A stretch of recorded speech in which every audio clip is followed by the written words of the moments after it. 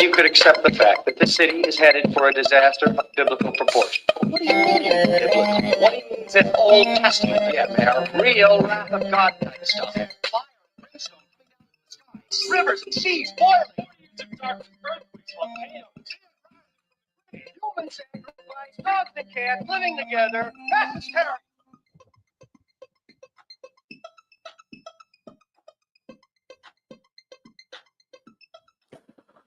Well, I tell you, I had something all differently played. The best laid plans go to waste. Is that how it says? I'm not. Well, there's a saying, an old adage. The best laid plans. I don't know exactly what they are, but what I do know is that we did have some guests that were scheduled, and there's a bit of a crisis that's happening over on the West Coast right now. Not sure that if you've seen it yet. But we'll get into it. It only makes sense the reason why there's kind of been a bit of a disruption because one of them is right in the impact zone. And so it doesn't surprise me one bit. So we'll get to that in just a moment. Tip of the cap to everyone out there watching, setting the standard and raising the bar, broadcasting live deep from an underground military bunker or a spaceship high above the plane of Earth. From the most trusted puppet in media, reporting since Roswell, I'm Sam Newsman, and this is Sam-The-Vote-A-Thon. That's right, day number, what is this, 14? Day 14? Jordan, has it been 14 days? It's been 14 days, I believe. That's crazy. Now, I see some people in the chat not joking to me. Sorry, I can't even read right.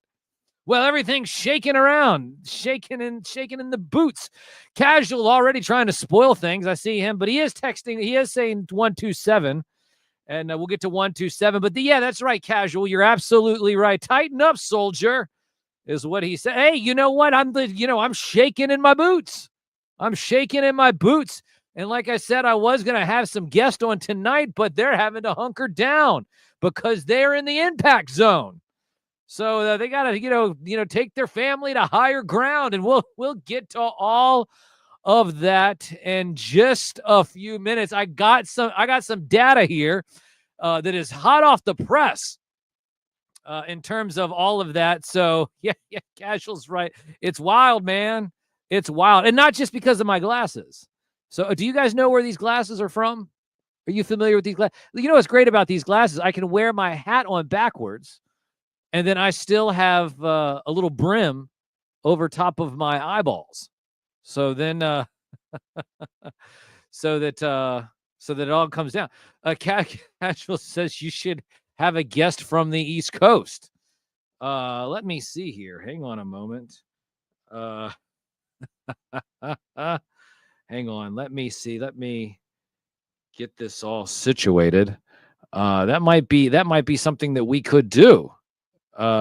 We just have weird drones here, is what he said. There's gonna be drones everywhere, actually. So that's gonna be crazy. Shout out to M3. I see you in the chat as well, sir. We have about over 20 people currently watching across all social media channels. Facebook, YouTube, Twitch, and X. That's Facebook, YouTube, Twitch, and X. That's at Sam Newsman, all over social media, and also mirroring on Exertus's channel as well. But before we get into a few things, let me see here. Let me see. Do I have this? Cheers, everybody. Cowabunga hipster puppet dude is what Maga Maha is saying. So yeah, M3's over on the West Coast. I'll get to that in just a moment. Hold on, I'll get to that in just a little bit. Let me see here, and I'm trying to see if I might be able to do this on the fly. Let's see. Here we go, and then boom. Let me see.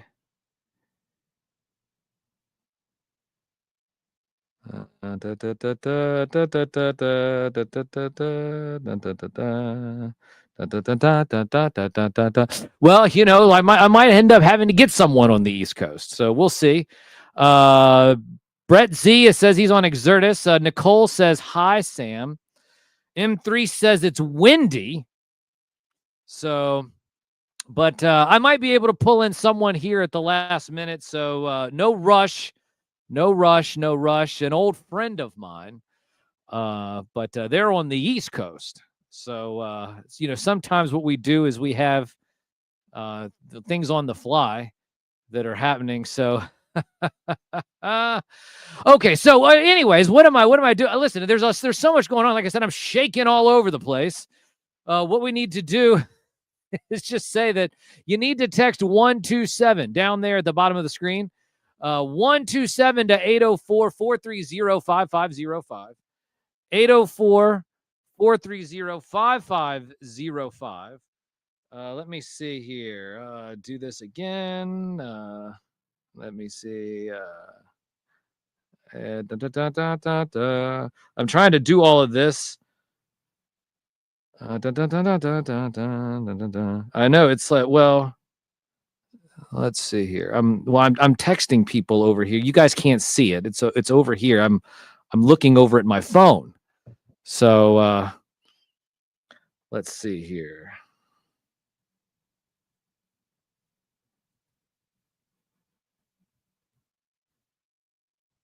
I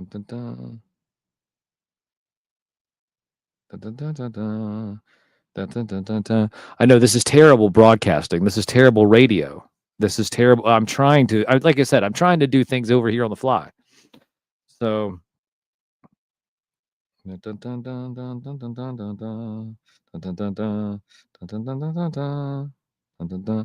know, this is hard trying to text with my little felt fingers, like a little behind the scenes here. But I'm trying to text with my little felt fingers and get this all set up.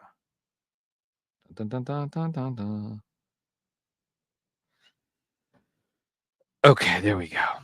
I think that's it. So I think that we have that. Let me go see. I got to go see somewhere else here real quick. Let me see. Now, let's see.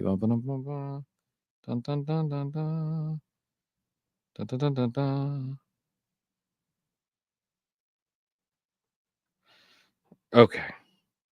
There we go. All right. I think we have everything situated. And like I said, we might have a guest come in. We might not. Dead air is not a bad thing these days in today's constant static, in my opinion, says Not Joking to Me. Yes, well, you know what? You're not joking to me either. 35 people watching all over social media. He says, but also I do not mind the melodic Sam Newsman voice. Well, thank you. Am I not a guest? Says AI. What is, am I not a guest? AIF.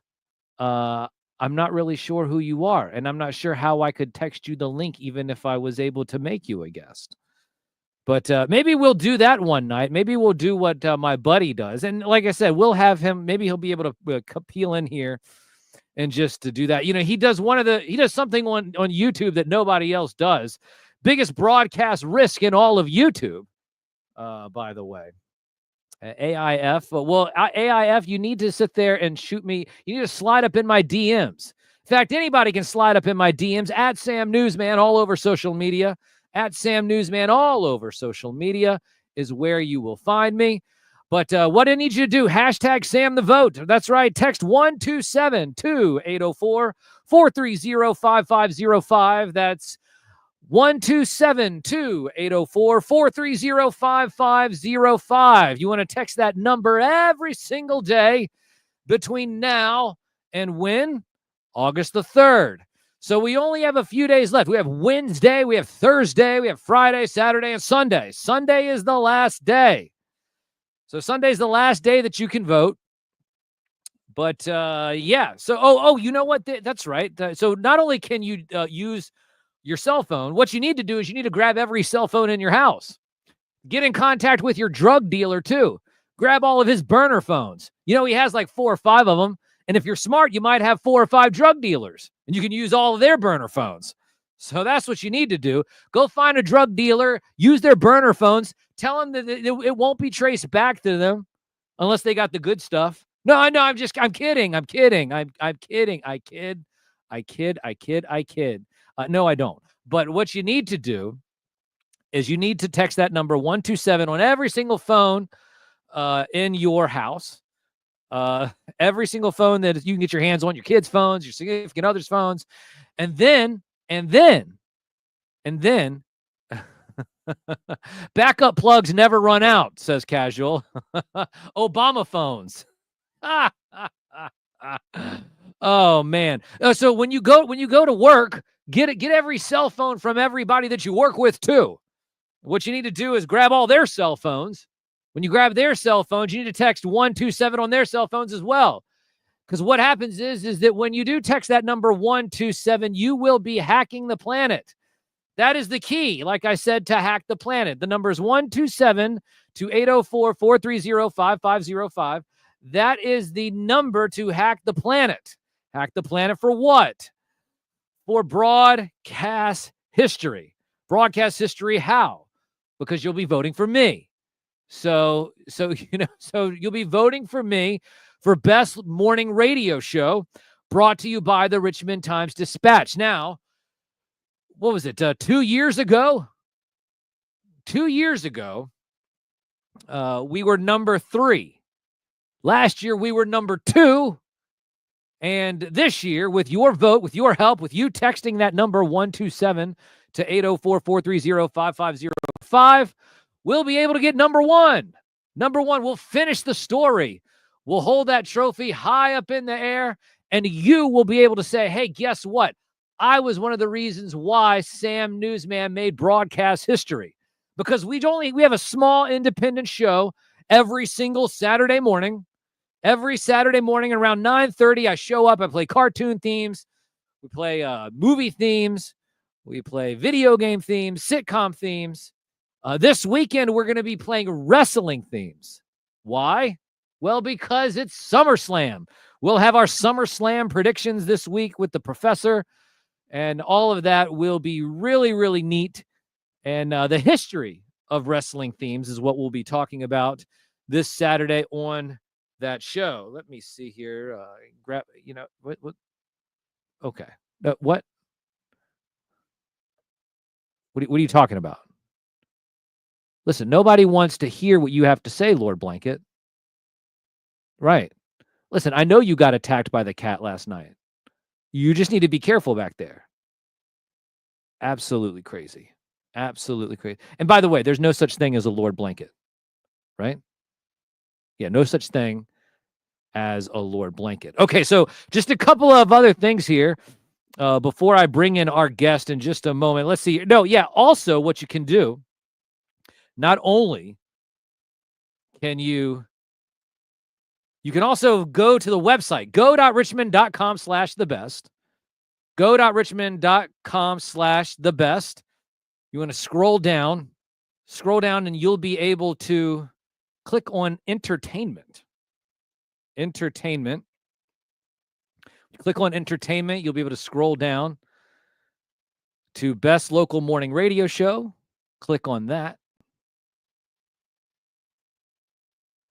And when you click on that, you'll be able to see my name. Oh, look, it's number 1 again today. Now, that doesn't mean anything. But what you can do is you can use your email address. You can vote once a day with that. You can text the number down there at the bottom of the screen earlier. And like we were talking about earlier, and that's 2 votes. But if you have 5 or 6 different other emails, you can probably do that too. So William B says he's simply the best. So doctors say he's the most healthy puppet ever, says William B. And, oh, you know what? Oh, look, I see Exertus is here. What does he say? He's saying Lord Blanket is a decent person. He hasn't paid taxes in 9 years. Did you hear that? Did you? Well, they're giving away the tax, the tax loophole. If they give away the tax loophole, then no. Okay, so no such thing as a Lord Blanket, right? Well, okay, yeah, no such thing. Yeah, that's right. There's no such thing. Yeah, pay no attention to the blanket over my shoulder with eyeballs. There's no such thing as a Lord Blanket. Okay, so we have that. We have what's it? Okay, yeah, the go.richmond.com/thebest. Go.richmond.com/thebest. Go to entertainment. Go to scroll down on that, and then it's best local morning radio show. And then of course we have the what is it? His ex-wife is buried on. He doesn't have to. Well, yeah. Did you know about that? Is that what? How does he know about Mrs. Washcloth? She knows about Mrs. Washcloth. Well, I don't know. We can't get into that. We can't get. No, no. This is no. We can't get into that. What we can get into is, like I said, text Sam the Vote 127-804-430-5505. 127-804-430-5505. Almost 50 people are watching at this moment. So if you guys would go ahead and do that now. Before, like I said, we bring in our guest. Didn't want to talk about this. Like I said, and there's no wonder. There's, and Casual was saying this a few moments ago. No wonder why our guest had to bail. One of them lives right in Seattle. World's biggest quake in 14 years, 8.8 magnitude quake off the Russian island. Tsunami warning issued to Hawaii. Sirens in downtown Honolulu. That is a big-ass earthquake. It is. So the arrival time. Okay, so I have the numbers over here. The arrival times are as follows. Hawaii, it's supposed to arrive at 7:17 Hawaiian Standard Time. That's about 1:17 a.m. Washington State, it's supposed to arrive at 11:40, which that's 2:40 Eastern Standard Time. Oregon, it's going to happen at 11:40. That's, once again, 2:40 Eastern Standard Time. California, over in San Francisco, that's going to be at 12:40. That's 3:40 a.m. Eastern Time. And then Malibu and San Diego, that's going to be at 1:05 a.m. Pacific Standard Time. That's 4:05 a.m. over on the East Coast. So, like I said, this is a really huge quake. This is just breaking news, ladies and gentlemen. Like I said, we were supposed to have some guests on. They ended up having to bail because they're on the West Coast. They're on the West Coast, and yeah, this is absolutely nuts. Absolutely nuts. Let's see here. We oh, hey, look at that. It's Andres, and it's have you ever thought about having an earthquake party? We're having an earthquake party. There's a huge earthquake party. Got another buddy of mine coming in here in just a moment. I guess he's experienced a bunch of earthquake stuff himself. Let's see here. Get him in here. Where is it? Casual, are you there? Where are you? There you are. I'm here. I'm on the East Coast. We safe. We safe, but prayers to anybody that's going to be affected by it, man. That's serious. Yeah, it's serious. It's serious. 8.8. Now, you guys don't get earthquakes over across the pond, do you, Andreas? No earthquakes. No earthquakes over in. Oh no, I haven't noticed an earthquake in Europe before. Just underground drilling. Usually about 4. Underground drilling. I don't know where's this echo coming from? Marco. Polo. Marco. Polo. Marco. Polo. Oh my God. Polo. Is it me? No, I don't hear it. I don't hear it. Yeah, we don't hear it. It's your ear. It's your headphones, Exert. It's me only. Okay, cool. All right. Well, I like to have earthquake parties anyway. So I sat there. I was looking at this earthquake. I just saw it. Oh man, where did it go? I just had it pulled up here, and then now you know what's the terrible thing about it? You sit there, you click on a link, and then out of nowhere, you just get a bunch of pop-ups, and then you sit there and say, "Hey, I don't want to read that," and you click on the pop-ups, and then a video pops up. It's like, what is this? Okay, here it is. Are you not using Brave browser? You got to use Brave browser. It blocks all of the ads. Listen, I'm just trying to use this with my little puppet fingers. This Simple man. It's difficult. It's difficult, but okay. World's biggest earthquake in 14 years has plunged Japan, Russia, and the entire west coast of America into a tsunami watch and sparked fears for millions. The quake reached a magnitude of 8.8 struck about 84 miles southeast of Kamchatka. I can't say. Are you familiar with Russian? What Gesundheit? So no, wait, I'm not sure. Kamcha, I can't read it if I can't see it, but I bet you it's something beautiful, right? The Russians always have pretty words. Kamchatka, Yeah, okay. Yeah. Off the coast of Russia at about 7:24 p.m. Eastern Standard Time. That's a couple of hours ago. It is the largest earthquake to hit since 2011 when a 9.1 megaquake hit northeast Japan and left 19,747 people either dead or missing. So this is the biggest. This is the biggest earthquake since that Japanese quake. So I guess. And do you think it's natural? Do you believe in earthquakes? So this is the thing. I grew up in California, and I don't usually go to bed unless it's like a 5 or 6. You know what I mean? Because like you can't even get a good shower unless you get a little bit of that California shaking going on. You know, it's kind of a nice thing. But if you go across Europe, you'll find 3 o'clock, 4 o'clock in the morning, things start to tremor a little bit because of all the underground drilling, which is what, if you ask anyone in San Diego, they'll tell you. You're like out at sea, and all of a sudden you just hear this bing, bing, bing, as if they're drilling. And I just keep wondering if in Kamchatka they've got some sort of a underground base that's being bombarded or something that's, they always have these little secret overseas contingency operations, as Obama put it.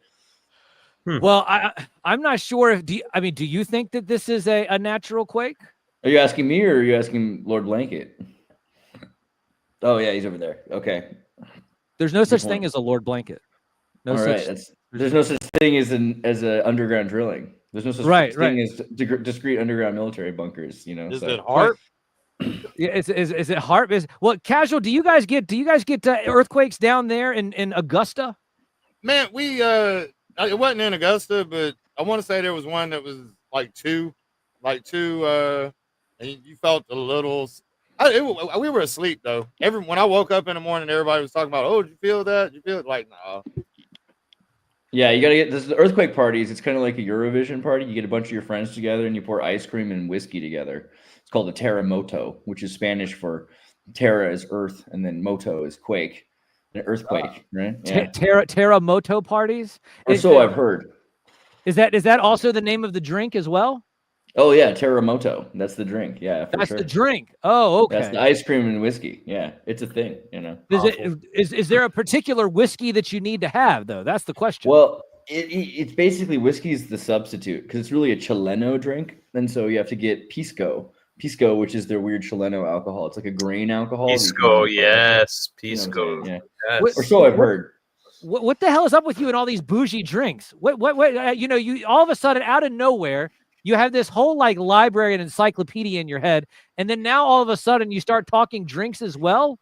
What the hell's not up in that head of yours? I don't really drink, but like I did for a while. I had my passport stolen in Mancora in Peru on the way to Ecuador one night. So I ended up white slaved at this Israeli hostel called the what was it called again? I forget. It doesn't really matter. Loki. It was called Loki Resort in Mancora, and I found out later that someone had stolen my passport, that they were holding my passport and keeping me there, so I couldn't really leave and I had to work for them. But on the way to Peru, across Bolivia, where I illegally by accident, because I took a bus with a bunch of indigenous people and they didn't have a passport stop control for them, ended up in Peru for like 6 to 8 months at the time.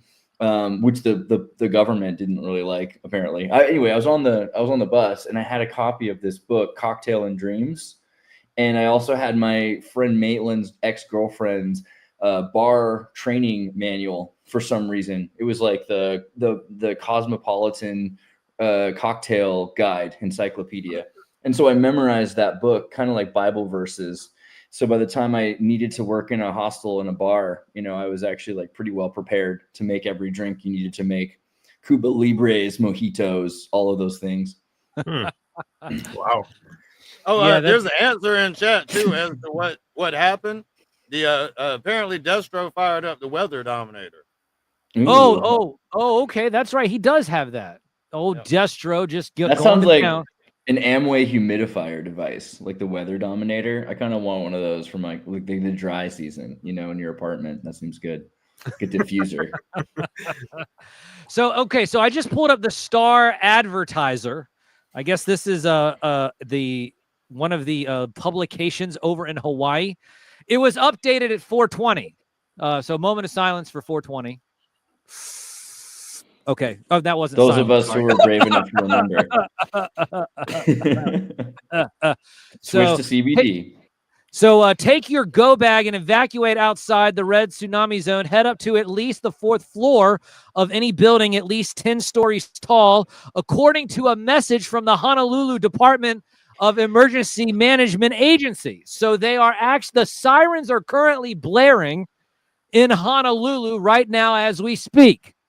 So, and they are saying those who are located outside the tsunami evacuation zone are asked to stay off the road to help reduce traffic and only travel for essential needs.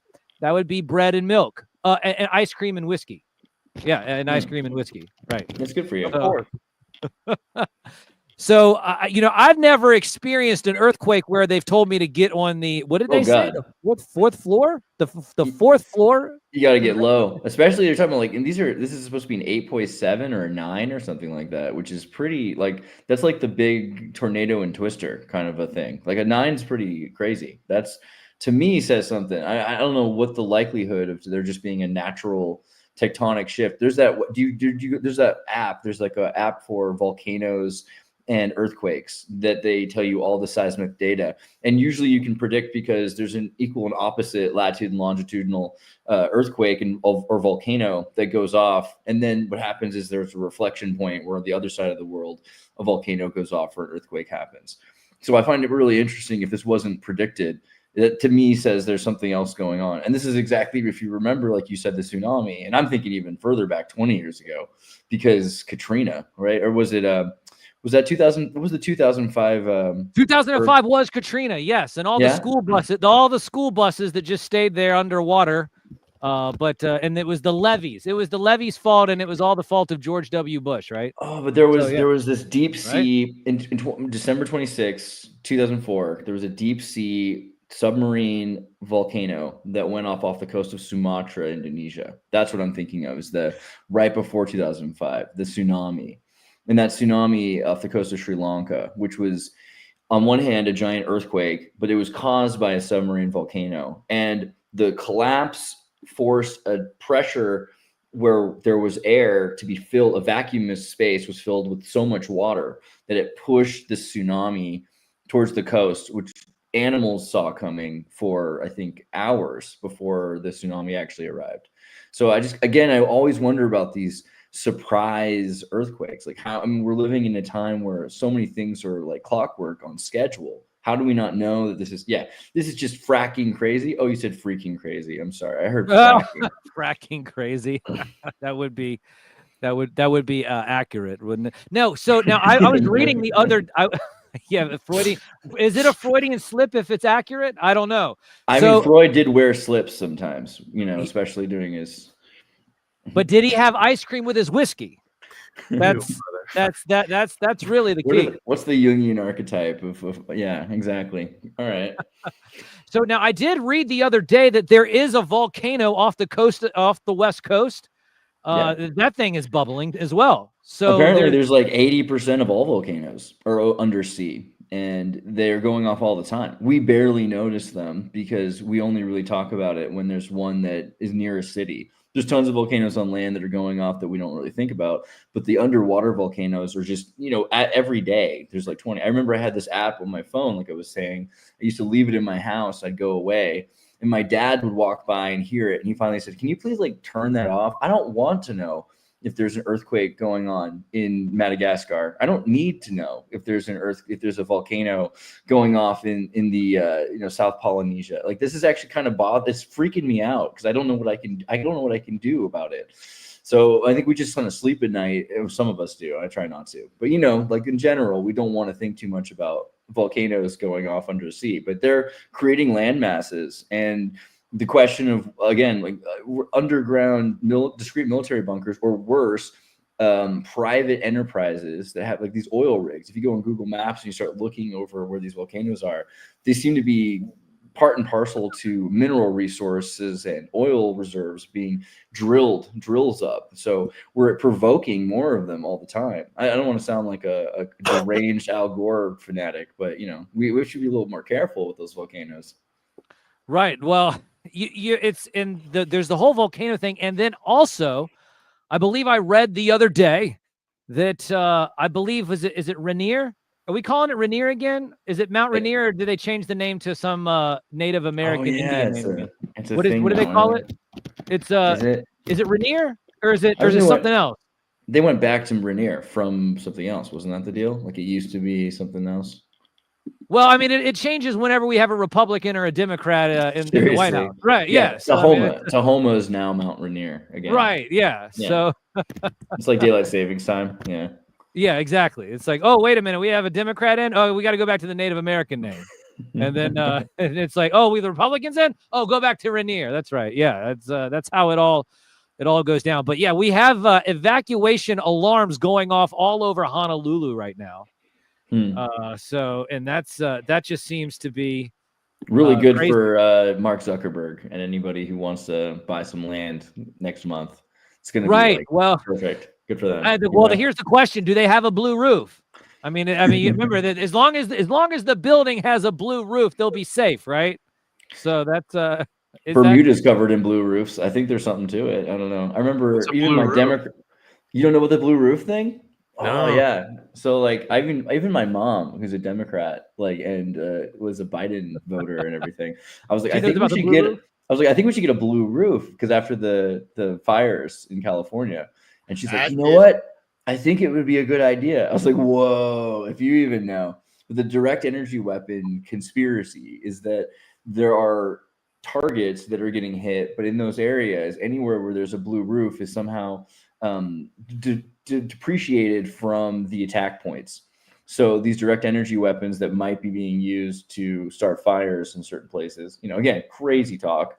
They're not able to. They're designed to avoid buildings with blue roofs, and it seems like that's what's been going on in a lot of these places. Is places with blue roofs are fine. There's even a picture of the Los Angeles P. Diddy Ellen DeGeneres Palisades fire, where all the archives are destroyed, but there's a blue VW bus that's still there. The blue VW bus with its flat blue roof was completely maintained.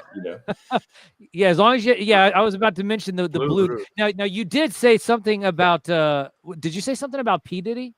I'm just saying, because like the Palisades fire that was in that rich neighborhood in Los Angeles where Ellen DeGeneres, P. Diddy. There's a list of other names, obviously, that were associated with that idea that have archives. They all have security footage, camera systems in their houses, right? That would have been where a lot of the data was stored. And so it was erased by being burned. And after that, there's, less evidence for blackmailing, which plays into, after the P. Diddy trial where, there was no evidence for anything other than this one. They really put their whole case on his girlfriend, who was a complicit. Then essentially he came to be non-guilty after. It was immediately after that there was no Epstein list. Mandela effect started to right. Yes. Yeah. The Mandela effect. There is no Epstein list. Well, today I was reading that Trump is seriously considering giving P. Diddy a pardon. Not only did he give a partial pardon to old Ms. Maxwell, but now it seems like that old baby oil Diddy is going to get himself a pardon probably as well. So free all the freaks. Good for him, Yeah, right. Like hardworking guy. Free the freaks. Free the freaks. I remember the executive pardons that Trump gave in his final days as his last day as president in the year 2020, he gave 237 pardons, a Kubrickian number of pardons, and he did not pardon 237, which is not a lot if you think about it. I think like FDR and Biden's in the thousands, right? Democrats tend to give more, but he did pardon several rap stars, which was pretty interesting, right? Yes, he's Boosie known was for one that. of them. Lil Boosie. Who was one of them? Who was one of them? Kevin? Lil Boosie. Lil Boosie, also Young Boy. Kodak Black. NBA NBA Youngboy was this year, I believe. You can always trust a man with that many action figures. They keep track of like meticulous details like that. Thank you very much, sir. So good. So, but yeah, this is so P. Diddy might get a pardon, and man, we have earthquakes going on now. I'm just wondering here if is this just the start of more that are to come? I saw somebody said in the chat that they're expecting more of them in August. Is August a hot month for earthquakes? I don't know if it works seasonally like that, but I can imagine that we're getting closer and closer to discrete conflict. That's the thing for me. It looks like the likelihood of there being discrete conflicts that are blamed as earthquakes. I was just reading earlier about the development of Operation Phoenix, casual reading about the Israeli nuclear program and how it started during the Carter administration. And in '79, there was a detonation of a nuclear bomb off the coast of Africa. Off of the coast of South Africa, with the help of former Germans and Americans and groups that were involved with Israel. I think it was September 22nd. And it was just a good testing period because they were able to play off that there were storms in the area, but it was somewhere in between the Indian Ocean and Africa and Antarctica. And they said, well, this was probably a meteorite. And I think that was like the catchphrase of the space race. But today we're back to global warming as a catastrophe. So we're saying, oh, well, these are earthquakes. And again, probably volcanoes or something like that, because we can't really track if that's true. You got enough research facilities that'll just say, yeah, okay, we saw the seismic activity. It registers. It's probably just something natural. But to me, it's hard to believe that it's not signs of the times because of conflicts in particular zones, maybe with literal nuclear submarines, right? I think that's going to be a bigger thing than people realize. And then all the bases, right? Like that movie Abyss, and any movie where they have like a submarine layer, like in James Bond, like there are tons of these. People don't realize how many crazy underwater military bases exist. So that would make the most sense if you're trying to control coastlines or getting out to sea in certain areas, start removing them. And if you admit it, then they admit it, then all of a sudden you're stuck in a world war scenario, which is prohibitively expensive, but also puts a hand behind your back because of treaties. Treaties say you can't do certain things. So basically you ignore it. It was an accident, and then you destroy something of theirs and you pretend that was an accident, right? Right. It was a weather. It was an act of God. It was an act of God. We had nothing to do with it. We've not been manipulating. We had been manipulating the weather. In fact, we signed treaties saying that we won't use weather weapons, but this is all just an act of God.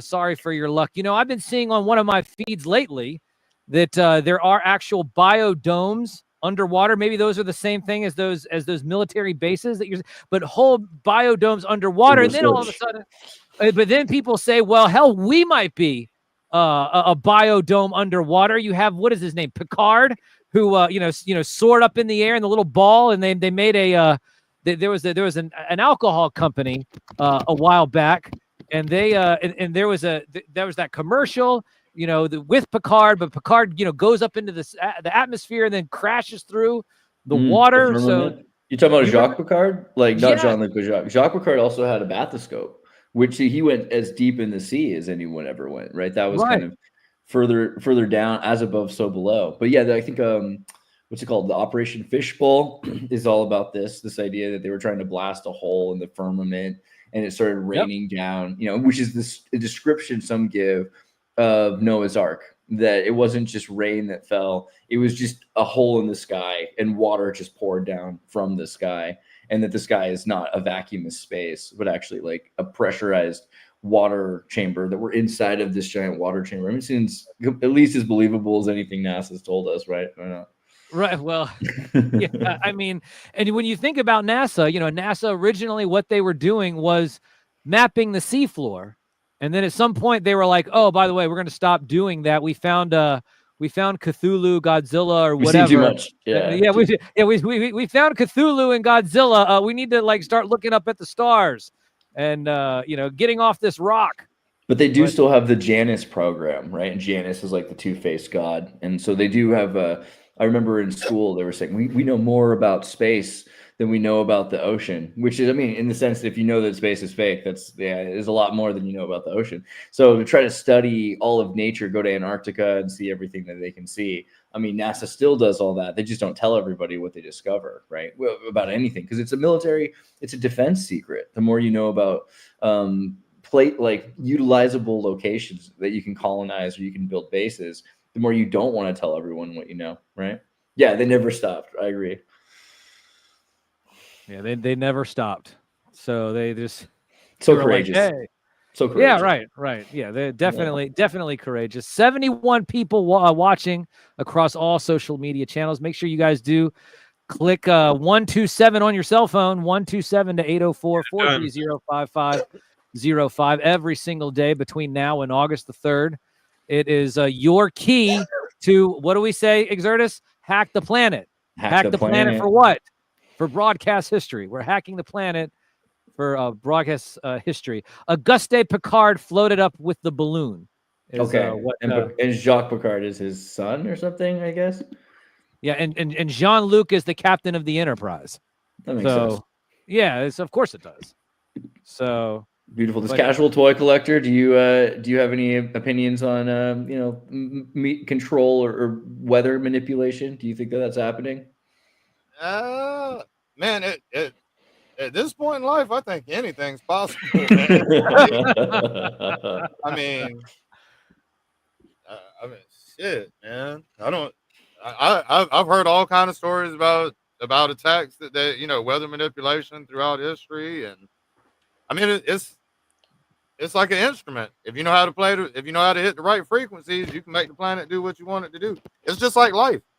If you exert the right types of energies, then you can attract whatever you want to attract. You gotta exert. That's the truth. Yeah. Right. Yeah, there's that Disney video about that from the 50s about HARP, right? The Disney Cold War declassified video that shows you how to do weather manipulation. Yeah. They show you like they're like, theoretically, if a storm was coming towards like an important part of the United States, what could we do to move that storm? And they show like blasting a nuke or shooting a rocket into the eye of the storm, right? I think it's we have it on the channel, Declassified Disney Cold War Weather Control, this video here. And they, it's all animated, Disney showing you how the weather works and everything. And they show like what we would do. It's like, well, we'll build these balloons, we'll put them up in the sky, we'll release aerosol injections with special silver and metal tin, and in the event that we want to move a storm, we'll launch some sort of a rocket directly at the cloud, and then that can push the storm north or east or any direction we want. And that way we can, this is primitive stuff compared to what we can do today. You can see how old these videos are, right? Like look at how classic this guy is, right? Like, yeah, no kidding. He's very studious. He's very studious. Central what year is this? Like 50s? This is 50s. Yeah, this is like 1958 or something like that. So I mean, probably technology they've had for 10 years, but technology that they're, I mean, at this point is way surpassed by lasers, because you can actually mount a laser to a satellite and hit a cloud, and with certain lenses can scatter a laser to hit particles and activate particles. And the more particles, particular particles, metal particles and that you inject with aerosol into the atmosphere, the more control you have over the clouds, because you have a special magnetized form of a cloud which can be moved or can be excited again to make heat, which will then change the weather. You can destroy a cloud or open a cloud or build a cloud even to create a cloud, right? And this is all stuff that they showed you in the 50s. I don't know if this was actually available for the average person. I think this was mainly for the military. Disney did a lot of classified stuff like that. But then you can just find these reel-to-reels that the government kind of just got rid of, and they end up in like scrap yards and things in like San Diego, and then they get digitized. This one was digitized by Periscope. Hey, I kind of got possibly a silly question. I mean, an earthquake is a fault line. Why does a tsunami? What a tsunami just like? So why does it go one direction? So what's funny? It's like shaking. Why doesn't it throw water both ways? That's funny is there's actually school of thought that doesn't believe that earthquakes are caused by fault lines. And I mean, I kind of ascribe to the volcano theory that there's a number of earthquakes which are caused by volcanoes, and that there are volcanoes in places that are interacting with other places. It doesn't matter if you want to use the fault line model. With the tsunami, what happens is if something opens, there's a vacuum of space, the water fills that space, which causes a movement in this particular direction. So again, you could create a tsunami. You could take a missile or a submarine, right? The Soviets built these drills, or a nice bomb off the a nice bomb off the coast of Japan. for sure. Yeah, right. Well, I So, mean, the seismic activity is recorded. I mean, we got a large coastline there that people saw seismic activity. So it's not just a tsunami that was created.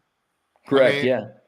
They have submarine volcano. Again, we were saying like 80% of all volcanoes are submarine. They're underwater volcanoes, and they're erupting all the time, which changes the levels because it pulls. The way volcanoes work is they pull up material in the process. So there'll be a new islands are formed, but also these crevasses are formed, and along the Marianas Trench, particularly, there's this long cliff.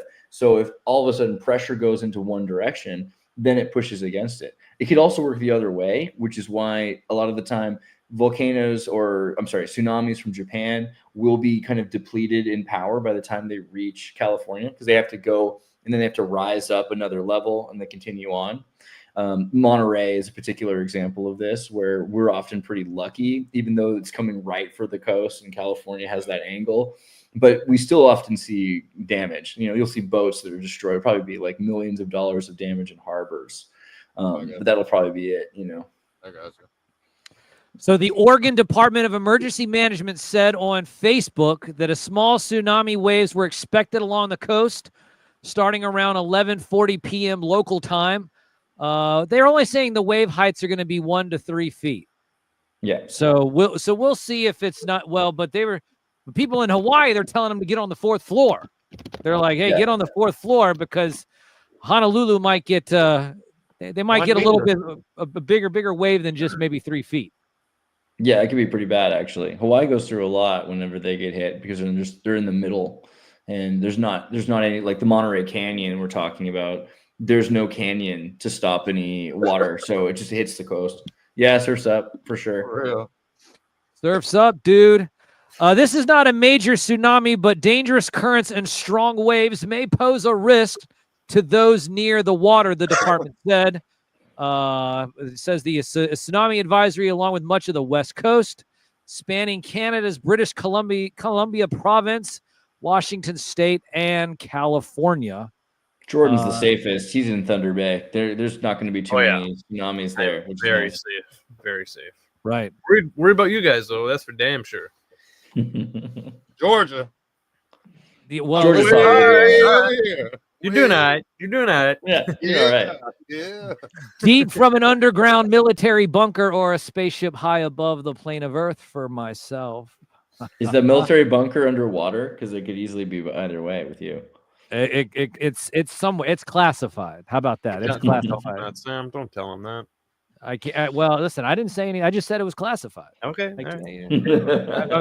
Yeah, Jordan's making sure that I don't give away all the secrets here. Smart. But Smart. They don't want to take you out. Well, it's happened before. Not physically, just on social media. I don't want to see you like on the floor pulling your stuffing back into yourself after. Right. That would be horrific. That would be horrific. Hot Wheels car. I'm sure there's an AI app that can do that though, and it would probably look really, really neat. But let's see here. Rocky Mountain. What did you say? Rocky Mountain High. Right next to NORAD, right? There you go. Which is underground. There's like 30,000 person city in NORAD underground. Basketball courts, schools, parks. Really? Yeah, NORAD's insane. It's a city. It's not like a big giant, but 30,000 people. Like, it's pretty serious. No, that's not bad. There's some pictures that you can actually see of like the parks with like fake trees and places for kids to play. Why do they need that? Because of their top secret work. They want to keep people Fair. Yeah, I mean, I think originally the goal was if there was a nuclear fallout or some sort, if the mountain got blasted or something, that they could continue working nonstop. But the other thing is kind of like the Umbrella Corporation in Resident Evil. If you have windows and it feels like you're outside, then you're probably not going to go completely insane living in an underground bunker. And so a lot of them have this sort of aesthetic that you're, in Malibu or in Key West or something like that in a tower, Anime figure statue collector says he's currently in space. I bet that's some good bud. I was gonna Wait. pass that fun. Oh man. Was it Not Joking says war games of the ruling class. Yeah. So could be what's going on. That's what it feels like. What were you saying? Georgia? Georgia. Casual toy collector? Wait, asking where I was? Georgia. Oh no, I thought you were about to say something and I interrupted. No. Okay. DoD security concerns removes roughly half of the real-time microwave satellite scans available to forecasters, significantly degrading the ability to detect rapid intensification. So, what does that mean in English, Exertus? What does that mean? So all the data that used to be available 20 years ago is now hard to find, and recent data is not being made public. So there used to be all of these satellite, as we can say, which could also just be drones or balloons, like Project Loon from Google had all these balloons up, but they're able to pick up all sorts of data. They're recording everything ever since the 60s. In fact, that's why video was invented. Originally, you had to have guys in these planes flying 24 hours a day with other planes to fuel them. And you had developers taking photos, and now eventually you just record all that data and you send that through radio. And originally radio wasn't well encrypted. So we had this transfer of information between the Soviet Union and the United States, where all sorts of telecom information was made available. And even the Terra, what was the name of the German Google Maps predecessor? It was Terra Vision or something like that. German Google Maps predecessor. I think Terra Vision. Yeah. So like the Deutsche Telekom, they had all these Berlin hackers, and they were able to get into and access like the NASA file systems, and they just used all of the maps that they had to produce the original map program, which eventually Google used to produce Google Maps. But they're no longer making that information public. I think in the last 4 to 8 years, a number of satellites have been hacked. You can look for like satellite hackathons that exist that they do in the West Coast, and you can hack a satellite because satellites are, old. A lot of these satellites have technology that, like computers from the late 90s, which it's not hard to break into these programs. The passwords are like less secure than your email passwords by a long it's instead of being a 3 or a 4-digit code like on your iPhone, it's just 3 digits. Yeah, and it's usually like something like the word God, or if it's like a longer name, with these programmers, it's like the name of a god. They'll often use like the name of a god, or like Aries. Hey, look, it's Aries. Or Saturn or something like that. Yeah, they'll do Apollo. Yeah, it's like pretty Gemini, which apparently Gemini was the way they pronounced it, not Gemini, which makes you wonder, was it that some guy in Texas working for NASA couldn't pronounce Gemini or something? But they all have these really easy to access password systems. In the last 4 to 8 years, particularly the last 4 years, they've been trying to upgrade already existing satellite security systems. So it's possible that the data is hard to get, but I would doubt it. I think at this point, if you start looking for it, you'll find that data anyway. The DoD might just be classifying it, but that doesn't mean it's not available. It just means you're not legally allowed to have it or to distribute it. So the military has evacuated Pearl Harbor. Wait, I thought it was already underground. When did it already underground? I mean, underwater? Oh, wait, too soon? I'm sorry. Bad joke. No, the military is bracing for the impact of the coming tsunami on its way to Hawaii, evacuating some facilities and urging military personnel and families to seek safety. Several military facilities are in high-risk coastal areas. Joint Base Pearl Harbor has been sharing updates. Let's see here. There it is. Yeah, sharing updates from state and local agencies to its social media accounts, a Navy official told the Star Advertiser that lines at the base's gates are long and backed up as residents leave for higher ground, and that officials are working to move people out. A U.S. Army Garrison Hawaii spokesperson said that the recreation center has been evacuated and that guests are moving away from the beach to higher ground. He also said that military-owned Hale Kauai Hotel and Waikiki guests have been advised to move up to the 4th floor as a precaution as the tsunami approaches. Military officials also said that the Navy and Army have opened up the Koli,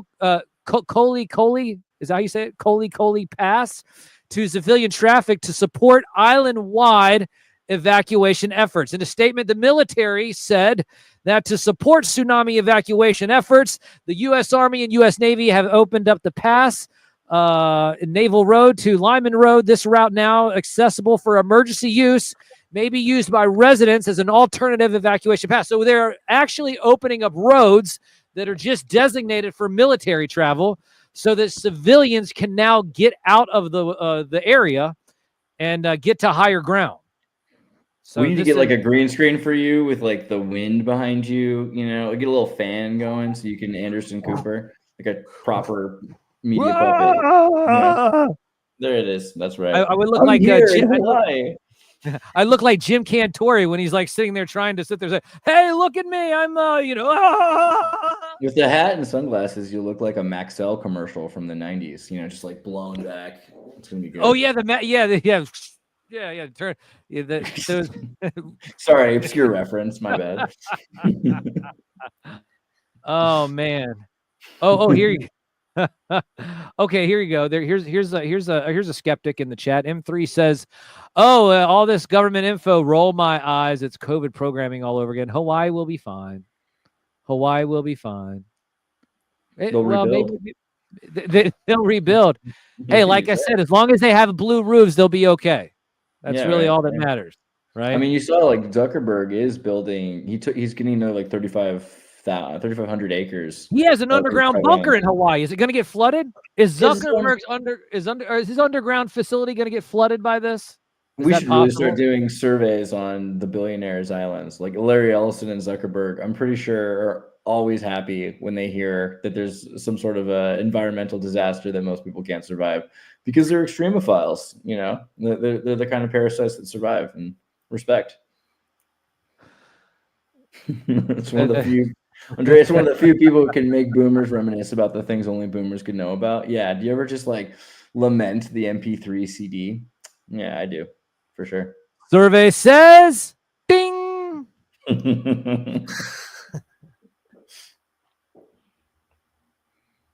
He's talking Lord Blanket over there. There's no such thing as a Lord Blanket. Oh my God. Lord Blanket is Lord Blanket on the Epstein list? Is that like the? I hope to God not. I always trust Lord Blanket. Hey, were you the actual blanket used on Epstein Island? Dude, you were like Stephen Hawkins on his legs on the wheelchair. I remember seeing the picture. That might have been him. Let's see here. North Carolina isn't fine. New Mexico is being bought and sold for pennies on the dollar.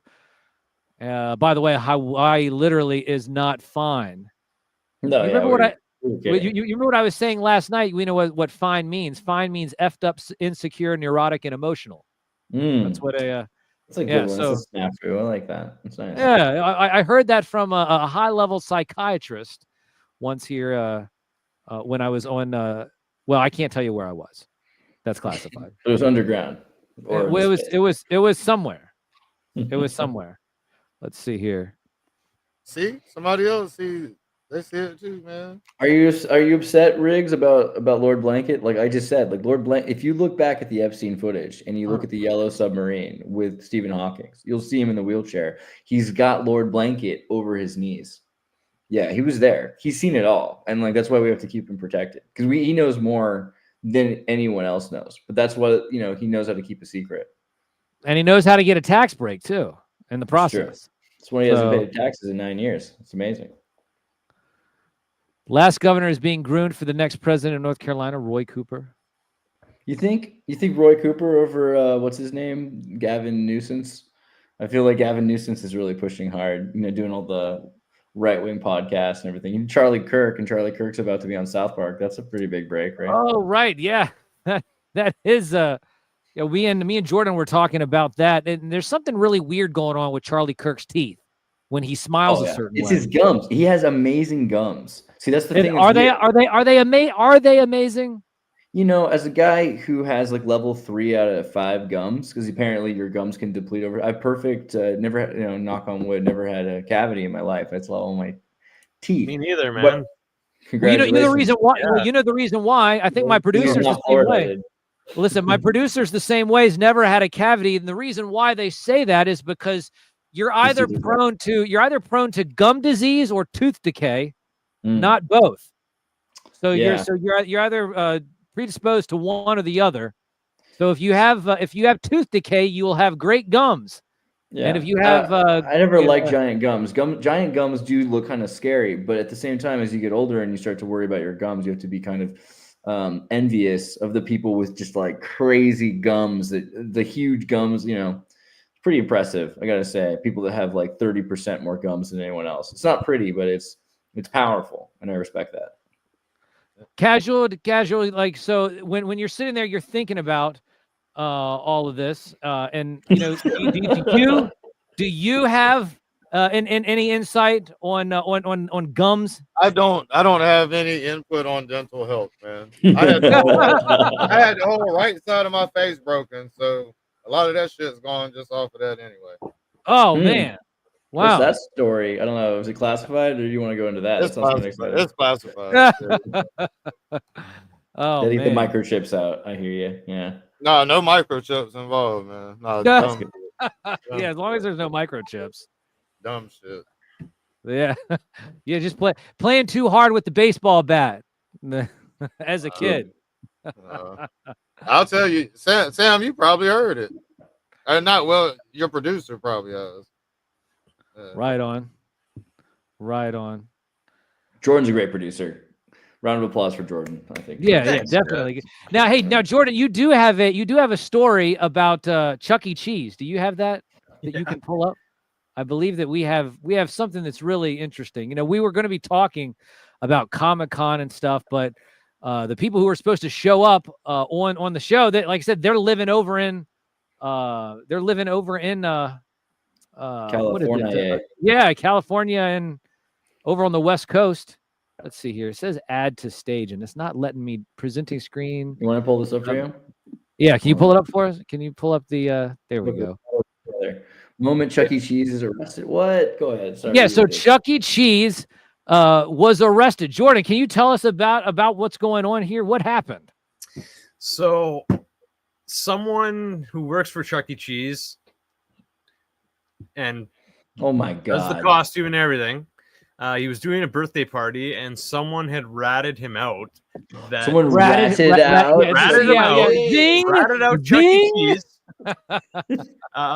Apparently, he had been doing activities with stolen credit cards, so he had a couple run-ins with the laws.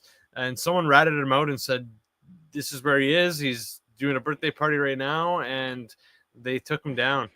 Did they take him down in front of the kids, or did they at least wait? No, they took the helmet off after, as you can see. They didn't traumatize the kids by taking the helmet off. They just because that would have been like that South Park where, like, remember, I think Chuck E. Cheese dies in front of the kids. He like dies of a fentanyl poisoning in front of all the kids in South Park. So they predict. No way. So yeah, that's just hilarious. The photos of him getting taken out are just. I mean, that's just. Look at the cop's face. He looks like a Chuck E. Cheese character. He doesn't look too impressed. He's like, why are you filming me? He's like, he's sitting there looking at it, and he's like, you know what? This is. He's like, all right, go ahead, get your little viral fucking moment. Go ahead. Yeah, exactly. Right? Yeah. No, he's not doing the TikTok dance. Right. Yeah. Now this police officer is going to get doxxed, and they're gonna, and there's gonna be a bunch of people out there that says, "You ruined my childhood. It was that officer right there. He arrested Chuck E. Cheese before he could even sing Happy Birthday to me." Ah. I know this that one looks like he's smiling. He looks like he's smiling. It's blurry, but I know that they're building a new Chuck E. Cheese.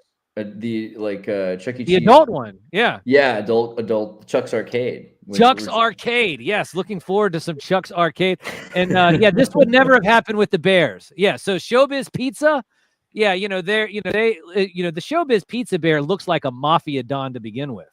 100%. So It's ridiculous. Definitely Showbiz Pizza Bear is the mafia don. And a Mafiatronics. We also some other, I don't know how breaking this news is, but at a WNBA game versus Golden State and Atlanta, someone threw a dildo on the court. Oh my god! So that's pretty wild. Is this for the women's or the men's? Like the WNBA cannot catch a break. They just get trolled by everyone. I mean, after wearing those shirts at the All-Star game, you're just asking. Well, that was crazy because it's like, pay you what we owe you. You don't make any money.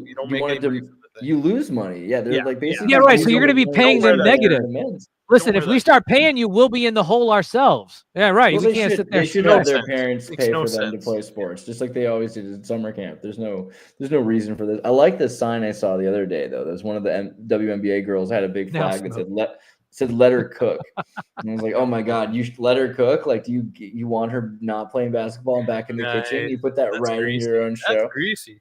But the one thing about women's sports that's kind of undersold, and I don't think enough people talk about this, is because we have to remember like the definition of femininity, aside from monopolistic property rights, femininity is violence.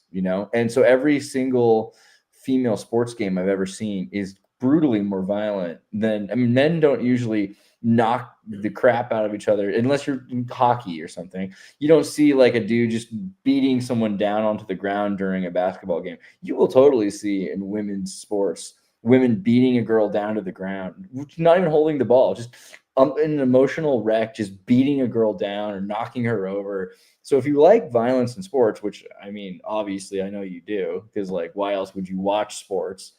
Am I wrong? You should probably watch women's sports because they're just so mean to each other. Am I missing? Well, what is? Oh, is that? Oh my God. Well, it. Oh no, and it's bright green. I know, right? Oh, no, it's neon. It was part of the halftime show. Once they had the black lights and the everything, all the lights turned out for halftime, and it's like, hey. They say fan throws the dildo on the floor, so at least they were a fan, right? So that's a good sign. At least they have a fan. Fair enough. Right. Maybe hopefully it wasn't one of the players that dropped it.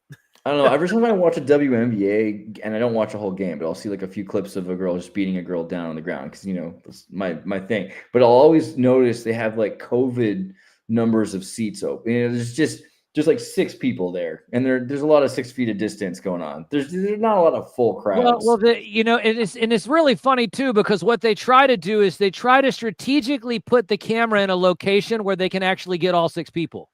Yeah, they have to get all 6 of them in the shot to make it look like that it's just all. And 6 and I'm glad that their families are out there supporting them. Going to the games. I don't see any WNBA fans. I feel like besides Alex Soros, who's really passionate about women's basketball. I'm just trying to figure it out. Dave Portnoy seems to.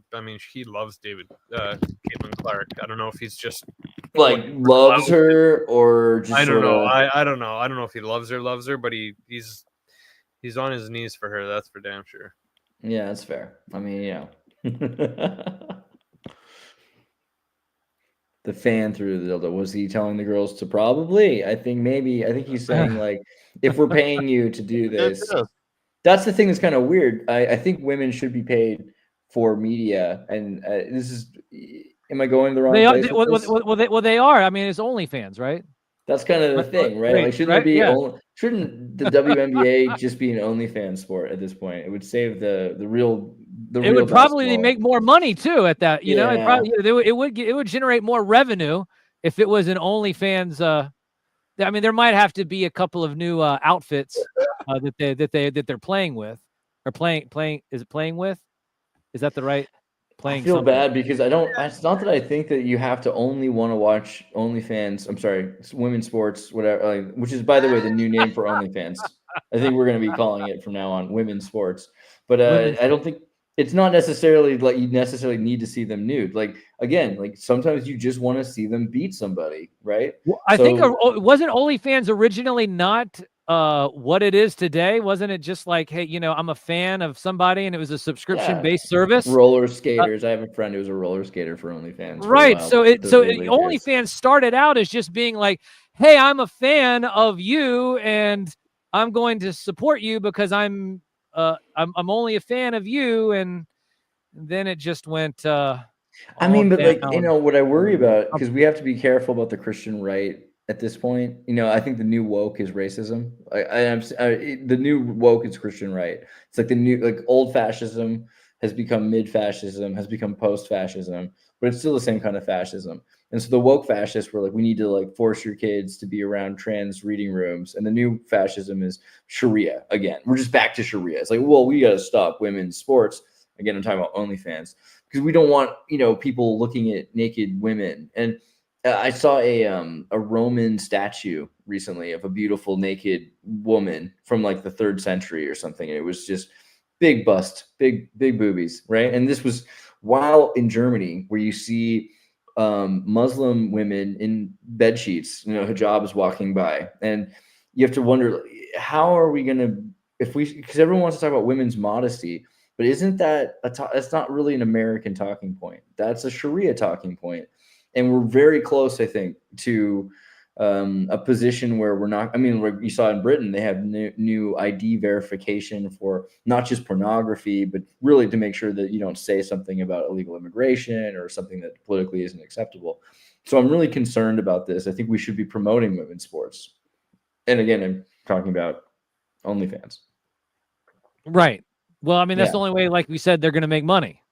Yeah, but we shouldn't stop pornography. I mean, I hate pornography. I can petition against the idea. I think that cuckolding the whole populace with automated war rapings, which is basically what porn is, right? It's like they used to take your women and do them in front of you in order to traumatize you, and now we just have the girl next door porn series, and it teaches you to like to watch somebody else doing what you should be doing with your wife. Well, right? hell, every hotel you go to has a cuck chair. So I mean, it's just sitting. It's like right there in the corner.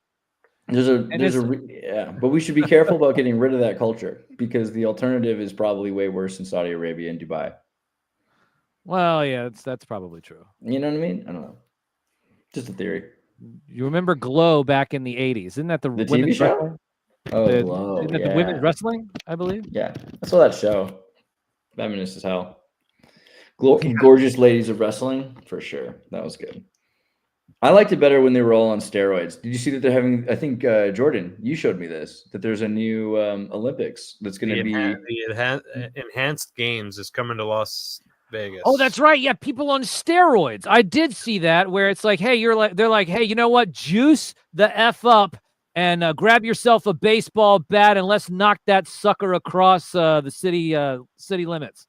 That's a good thing. We need more of that. I mean, the Olympics are stupid. I hate the Olympics. I mean, generally, there hasn't been a good Olympics since Germany. Now, hold on, wait a minute. Now, I'm just going to tell you right now, curling is the best sport ever created. That's true. Man. Curling is great, but it doesn't need the Olympics. I don't need to wait 4 years to curl. I can go. Can you imagine juiced up curlers? A bunch of juice. Oh man. Like, I think I know some actually, they'd be using the brooms, and as they're scraping, the ice would be like just coming off the surface of the, they'd be digging trenches into the ice because they're so juiced up. I had that N64 Winter '97 Olympics cartridge. That video game had curling on it, and that was incredible. That was the best. That was probably the best game in the entire Olympics. But waiting 4 years, not getting paid properly, screw all that. Jordan showed us the enhanced Olympics. They're going to pay them properly and have multiple games every year. So be like quarter or biannually. So you don't have to wait 4 years to be in this competition. And you're gonna get sponsors. You get $1 million. Basically, the Olympics owns you like a slave, and it's like college basketball, or worse than slavery. And who wants that? Who wants an Olympics where they have to pretend not to be on steroids? I remember when the Olympics were cool, like the 80s and 90s. The Olympics were definitely on steroids. There's no question. And all of a sudden, they just started sucking. Why do you think that is? Because it's harder to take steroids. So, like, come on, these are racehorses. Use what you got. Make them powerful again. Like, impress us. Do some transhumanism. And if they die, they die, right? Like, that's what used to happen in war. What are we emulating here? So just give them the chance to really impress us. Run into a wall. I want to see it. Do you guys remember the old Nintendo Power Pad? Resonate's talking about that. Like, be as fast as you can. And then they also had the Power Glove, and that thing didn't even work at all. That was terrible. Did you ever see the movie The Wizard? It looked cool though. It looked cool. Do you remember the movie The Wizard? The Wizard with Fred Savage. Yeah, that was amazing. Mario 2, wasn't it? Mario 2 at the end of the movie. Mario 3. Mario 3. Yeah. Yeah, there's some weird stuff in that movie, right? Like the dinosaur, the Sinclair dinosaur, which is the Sinclair St. Clair Da Vinci Code. There's some weird symbolism in that. Isn't that dinosaur also in the Pee-wee? In that also in the Pee-wee film? Yeah, it's in the Pee-wee. Which also has the basement under the Alamo, which I think is another Epstein reference. There's a lot of good stuff in the Pee-wee movie, for sure. The Wizard, that was a classic. There you go. It was a classic. It was a good movie. They're planning on breaking every world. Now, if they break every world record, now does that mean that those is there going to be an asterisk, or is it just like, you know what, screw all of you like non-juiced up people, this is the record now, and we're rewriting the history books? Is that how it's going to go down? If it's democratic, yeah. I think if people get to choose what they want to see, that's what they're going to want to see. It's going to be their own league, a league of their own. I'm sure they're going to have to, but it's kind of like the mainstream media started being called the legacy media. There will probably still be the organic Olympics. It'll just be, soy, and no one's going to care. Soy. Like 6 of your moms are going to be like, I think it's wonderful what they're doing. It's the vegan Olympics. It's so pure. Come on, bro. Like, no one cares. The vegan Olympics. Oh gosh. So, it's interesting how we started with we started with earthquakes and big tsunamis that are about to hit Hawaii, and then we ended up talking about juiced up Olympics and cup chairs. That's how that's how it all kind of goes down on one of these streams. So it's like you never have an idea of where it's going to go. I think you did. Well, I mean, I had some guests that were supposed to show up. We were just going to talk about toys and Comic-Con. And next thing I know, I'm getting text messages saying, we got to move to higher ground. We got to move to higher ground. And I pull up the interwebs, and it's like, oh my gosh, there's an earthquake. Can't handle weather. That's really what it's like. I think Californians can handle earthquakes. Like, we sleep through them, but like, you get a little bit of rain and everyone starts to cry. And if there's any snow, just you close down the roads for 3 weeks. If there's just a little drizzle, it's pathetic, really. We got here, a few minutes ago in Kamakura, Japan. Everyone is being evacuated. Tsunami is expected to hit anytime now. Yeah, I think Japan's going to get hit pretty hard, and Hawaii's going to get hit pretty hard. California, though, I think they need to calm down. But I feel bad for Japan every time this happens because, they're old people. Most of the people in Japan are old. So imagine, you're like in your 70s, and it's not good. This is not their infrastructure is failing too. So it's kind of a bummer. I wish that Japan had a better shot. But what I do remember about the 2011 tsunami, though, was that there were so many really well-built factories making like hard drives and everything that were destroyed by the tsunami, which was a huge benefit to the Japanese economy because those buildings were never going to collapse. They were never going to fall apart. And so because of the insurance money for the destruction of these buildings, they were able to build SanDisk, for instance, was able to build their new solid state drive factories, which is why, your iPod Shuffle had 500 megabytes on it. And then the next year it had 5 gigabytes on it because they could start really manufacturing better tech.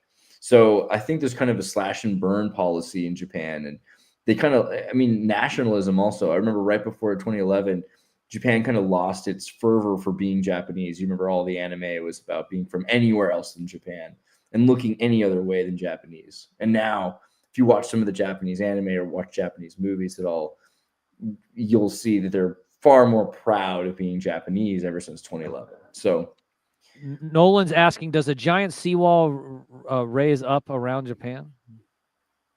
I don't know. Or you mean like a tsunami? Is that what you're saying? I guess that's what he's saying. I mean, it is a peak, a mountain peak, you know, like a series of mountainous peaks. So yeah, essentially if water hits it, it's pretty bad because it instantly pushes up, which is why they have sometimes 20-foot swells that flood Japan, which is pretty terrible. Japan is set to open a new center for creating state-of-the-art military weapons. It is supposed to be modeled after DARPA. Well, not if it gets hit by a damn tsunami. They might be ready for it. You know, that's the thing about Power Rangers, right? Like Power Rangers, if you watch the original Japanese version, Super Sentai, which, you know, that whole show is literally about when the world realizes that they were wrong and they need Japan to be a military force. And we apologize and say sorry. Then the teenagers of Japan will unite to, you know, become Power Rangers and save us all. And I think that's kind of what they're going for. That's what all the propaganda for Power Rangers has been all about since the beginning. We need Japan, right? Well, you know, Jordan, do you have those pictures of the action figure I sent you? Yep. You know, we're talking about earthquakes. We're talking about weather manipulation. So, Exert, if you could pull this up, look at that. Look at that. It's a new action figure is about to go on pre-order. They're calling it Planet Superman, but we all know who it is. It's Captain Planet. Yeah, what the heck is going on here? I thought this was like a... So they're actually releasing this as Earth Superman?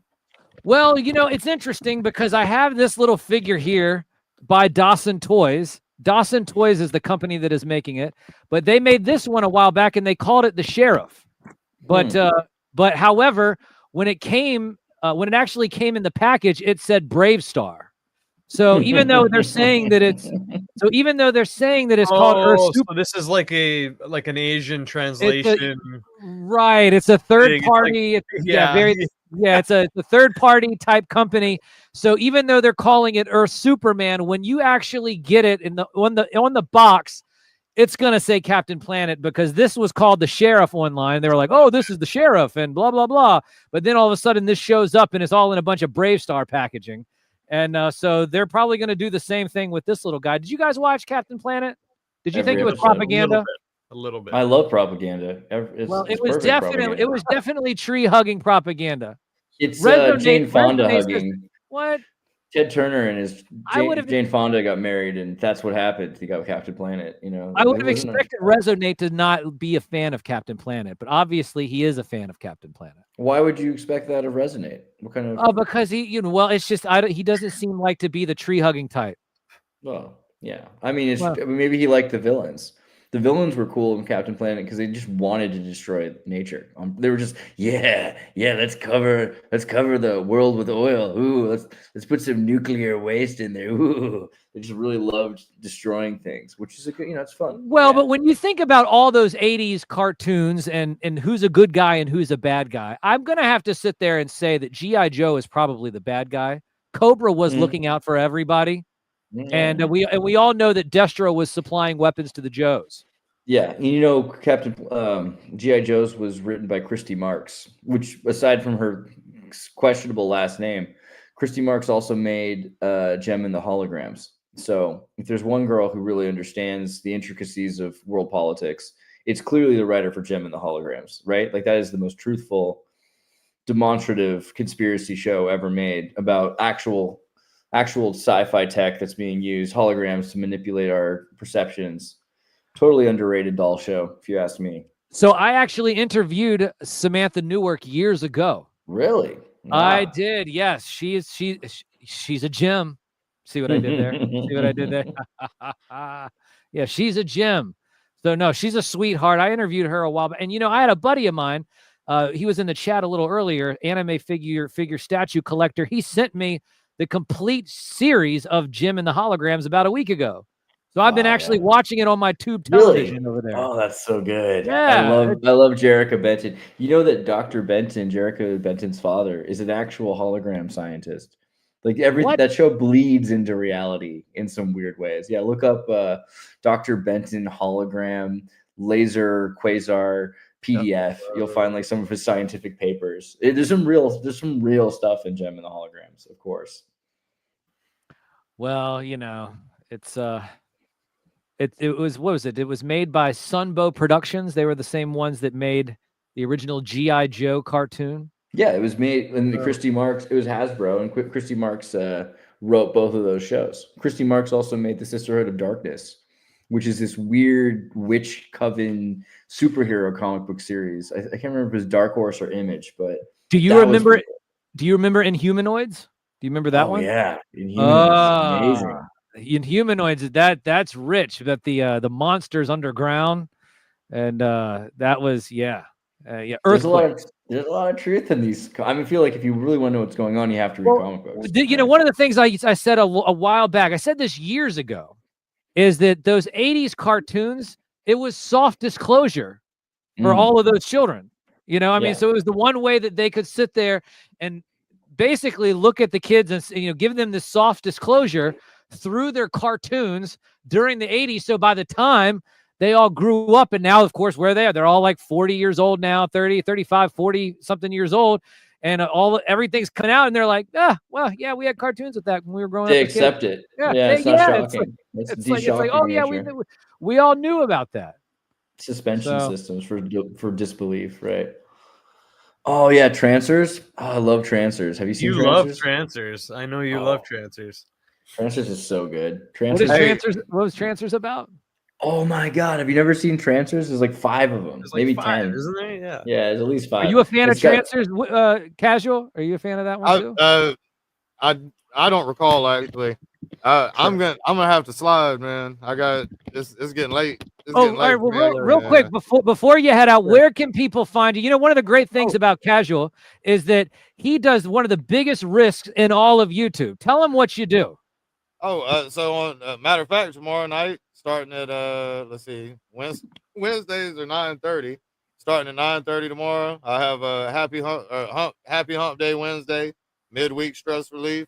Talk about toys, bar atmosphere. We throw the link out there. Pretty interactive environment. Yeah, Shout out. Yeah, so what he does is he throws the links out in the chat so anybody can join. Ooh. So that's the biggest broadcast risk in YouTube. It's been fun, man. It's been a lot of interesting things that happen, if you can imagine. You know, taking on anybody. So yeah, there's guys that come by that don't collect. You know, it's all types. It's all types. We're just cool. Everybody clicked up, and we just all meet up like a giant video conference, man. That's pretty sweet. Fun. That's cool. That's cool. Yeah. We should do all right, so we got to check out Casual Toy Collector. We're going to have to watch that tomorrow. What time is that at? 9:30 tomorrow. 9:30. Sweet. Okay. And then 9:30 on Friday, Eastern time. Usually I have my buddy Bruce with me, and it's a lot more. It's pretty wild, man. Like, you know, it's 21 and up. We'll just say that. Feel free to check it out. It's pretty respectful. You're like a very you have some Southern gentry to you. Some respect right there. Yeah, I like that. It's every Friday and Saturday night as well, right? Yeah, Friday and Saturday too. Flex Friday starting at 10:30 p.m. goes on till God knows when. Same thing with Saturday is Saturated Stunt Saturday, and same situation, 10:30 until God knows when, man. You want to really quickly? I had a question. Like, so do you want to just tell me about your collection, just like 10 seconds? Like, why don't you point? Let's see, oh my God, bro, this is a wall.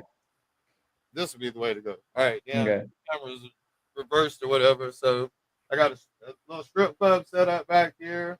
That's a little strip club. Huh? That's a literal strip club. It's a strip club where. Yeah. Oh yeah. That sound. Oh yeah. Little strip club with a pool table, bar. It's got a stage with about 6-7 girls on it. Is Scarface at that strip club? Because it feels. No, like man. I got to get the from what I've seen, the scales are off. Oh. Like, the Scarface would be 7 foot tall, and that We're gonna hook you up with some 3D printers to help you because I could He see has the real. 3D. You know, he does 3D printing. Casual yeah? has 3D printing. Sometimes, Oh. sometimes it's so damn, man. The life is so hectic, y'all. The life is Yeah, so for hectic. real. He's got 20 kids. Yeah. Not Yeah. 20. You exaggerate. You exaggerate. 24, 28. Oh. Yeah. 24. Sorry. Yeah. Seven children. I have. 27? Oh my god. Seven. God damn it. Yo, you're wrong. 47 kids. 40. Yeah. That's great. That's awesome. But yeah, next row is a masterpiece. It's like a masterpiece diorama piece behind Transformers. it. And Autobots and then Decepticons at the top. It's kind of scattered out between masterpiece and Earthrise. I got some third party stuff, and I've got a fuckload of Autobot masterpieces. Then over here I got just a random like barbecue scene with the 6'4", Jesus holding an AK. Good. I got a buddy that comes up. I got friends like they bring toys over and they set them up on the shelves so that when I'm walking around showing them, it shows off their shit. But he's got an Optimus Prime and a Cybertron, War from Cybertron. The Golden Girls, basketball players. Over my desk right here, I've got a throne with probably 100. I like 150, 160 different female action figures. There's an arcade over here that I got set up with many prizes. Like, check out the videos, man. The videos go through like my little intro video I've been playing the past couple of days. It goes through kind of the whole collection and shows the stuff standing up. That's sweet, bro. That's awesome. Yeah. And where can they find you online? Oh, Casual Toy Collector, right? All right. With a K. With a K. With a K, Casual Toy Collector, yeah. For cool. Well, Casual, thanks so much for hanging out. Get along with, you know. We talk about everything. There's some really animated guys that come on, you know, like Bo, for example. You guys would be really entertained with Bo and shit. Fumbling comes through. Rashad, man, there's so many. Saint Frank right here. Dead Man 1 comes through. Like, it's just a whole. Like, it is a cast of characters. Yeah, it's cool, man. It's cool. So Legit. Y'all ain't doing nothing. I'd be happy if y'all swing by. Sweet. Well, I'll check it out for sure. That sounds awesome. Yeah. All right. You have a good night, Casual. Yes, Take yes. care of Thanks your for meeting 7 you, dude. wives Take and 47 kids. It was great meeting y'all too, man. Appreciate it. We'll see you again. All right. Future. Peace, y'all. Peace. Later. Oh, look at that. He's here. whoa. Oh. I think we're on Piers Morgan now. No, right. You're Piers Morgan. That's right. Hey, do you know about this one? Night of the Comet. Are you familiar with that movie? That sounds so familiar. I don't remember what it is though. You have to remind me. Let's see. It's like a comedy. I don't know if I saw this one. Night of the Comet. I don't know. No, 1984. Tell us about it, Resonate. Let me. I'll look it up for a second and see if I've seen it. Never heard it. Oh, come on. Yeah, right? Yeah. Of course I've seen this one. Oh, this one's actually really good. Okay, so you pull it up? I'll do it for you. Yeah, so Night of the Comet's about this hot chick, and she's at like some sort of a club in LA. And then all of a sudden the club, like when she like there's a flash and everybody's dead and gone, basically. They like disappeared. And she meets like there's like only a few people that survive it, right? And there's weird, I think there's like zombies or something that attack her. I feel like it's been such a long time since I've seen. It's like some kind of weird zombies that I guess got mutated by the comet or whatever. A huge comet passes near the Earth, vaporizing nearly the whole planet. There you go, of the life population. Only a few teenagers who were inside a steel movie projection booth survive. All those outside were turned to dust. Yeah, right. But a few partially exposed people are now hideous, bloodthirsty zombies, and they begin a deadly hunt for the last remaining humans. That's right. Yeah, this is a good movie. I like this one. There's also that one. What's that movie? Like Midnight. What's the one with the nuclear midnight movie? 5 o'clock in the morning thing. Midnight Sky. Nuclear attack. Who's the guy from Gotcha? You know that movie Gotcha? I'm sorry, I'm going off Gotcha. I'm going off on a complete tangent here. You ever seen the movie Gotcha? Dude, Gotcha with Anthony Edwards. What year was this one made? 1985. This movie is one of my favorites. Wow, look at Anthony Edwards there. Oh, with Wow. all that hair on his head. He Yeah. almost as much hair as you got. And beautiful blonde locks. It's a Wow. cool movie because it's about a guy who has a club at his community college where they shoot each other with paintballs. Because this is all very pre-Columbine, you know, and like they just go around shooting each other with paintballs, and sometimes they hit like nice hot girls in their cashmere sweaters, and they get like, "Hey, you ruined my sweater." It's like, "Do you want to go on a date?" And she's like, "What? No." So then he goes off to Europe, and then in Europe, him and his friend are trying to score, and they can't score, and he finally meets this girl, and she's super hot, and her name is like Natasha or something like that, and she takes him to fabulous DDR communist Eastern Berlin to be a courier. And then she figures out, yeah, you love that, don't you? Not joking. Yeah, you can't help it. But he goes to Eastern Berlin and he accidentally becomes a courier for the CIA. Long story short, you should definitely watch Gotcha. That one's pretty fun. Okay, Anthony Edwards, Midnight movie. Come on, man. What's it called? No, not Midnight Peep Show. Miracle Mile. Is this the one? Miracle Mile. That must be it, right? Yeah, Miracle Mile is a movie where Anthony Edwards is at a bar, at a coffee shop or something like that, a cafe at 5 o'clock in the morning in LA, and he picks up a payphone, and the payphone tells him that this guy's trying to call his dad. It's a wrong number, but he's like, "Oh my God, the Russians, the Americans, they finally did it. They dropped the bomb, and we can't stop it now because the computer systems and they're launching. We can't stop them. We're launching. We can't pull the nukes back." It's the end. It's the end. And then all of a sudden, they're trying to figure out what to do to prepare for this nuclear holocaust that's going to hit Los Angeles and the rest of the world. And they don't know if it's real, but they just want to be prepared for it anyway. And then all of a sudden, like the call gets, like people start getting the call, like police and like just start abandoning the streets, and they're all running to be home with their families as like the bombs drop. Miracle Mile. That one's wow. That Look at the heading. Look at the heading. Go back up. Be prepared to be blown through the back of the theater. Man, it was pretty good. 4 stars. It's got 4 stars too, so you know it's What? serious business. It wasn't Independence Day, but it was pretty good. I honestly think it's an underrated classic. And they have to find this helicopter pilot to help them fly. And they go into like a gay gym. And there's this guy like, "I'm a helicopter pilot, but I have to bring Cheryl with me, or Susan or something like that." And then he points to this little boy, like this like 19-year-old, like his gay lover. He's like, "Is there going to be a problem?" And they're like, no, there's no problem. I'm like, okay. And then he's like, dude, so LA. Oh man, good times. Horror movie with the kid. Movie night on a Tuesday. I would say movie night on a Tuesday. Random 80s movies, B movies that they get 4 stars. What was the movie with the kid in the tunnel with the pennies and the aliens? I don't remember that movie. I don't know what you mean, Riggs. Does ChatGPT know? Hey, ChatGPT, what was that 80s movie, horror movie with the kid in the tunnel with the pennies and the aliens? ChatGPT comes back with the answer, like it always does. I mean, it's been wrong. Whenever I try to ask questions like, "Oh, is it called The Gate?" Is that already right? The Gate? The Gate.